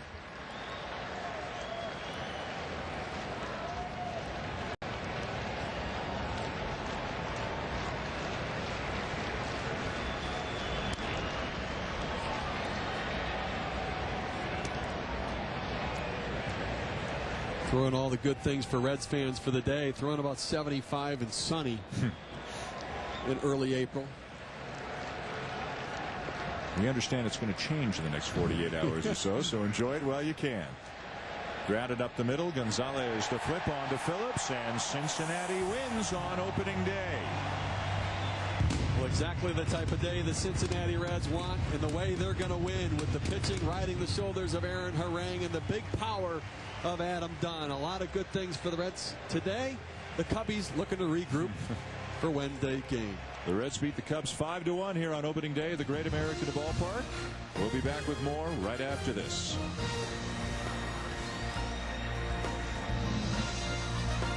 This is Mr. Cal Ripken. The great Cal Ripken Jr. Congratulations on getting into the Hall of Fame. Thanks, sir. Yeah. Cal, I'm Chet. We went to Aberdeen High School together. We did? I was just saying to my crazy buddy the other day, whatever happened to Cal Ripken? He said, I haven't heard. What line of work are you in? Well, I was a baseball player all those years. No kidding. Yeah. My gosh. Well, good for you. Where was this now? In Jamaica? Tedster? Teddy. He broke, like, a lot of records. He's pretty famous. Oh, so that was your vocation. DC, Daytona. We have 2 great friends, 3 great bikes. Awesome. I started on the C90. Can't wait to get it out on the open road. S83. Fantastic. The M109R. This bike brings cruising to a whole new level. Suzuki Fest 2007 is going on right now. But not for long. Hurry into your local Suzuki dealer today.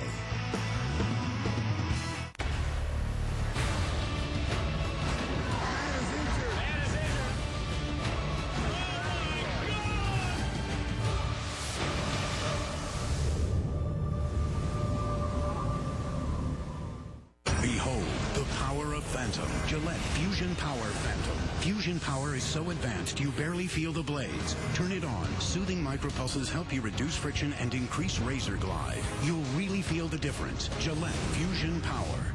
Switch to Valvoline's Max Life, and there's no telling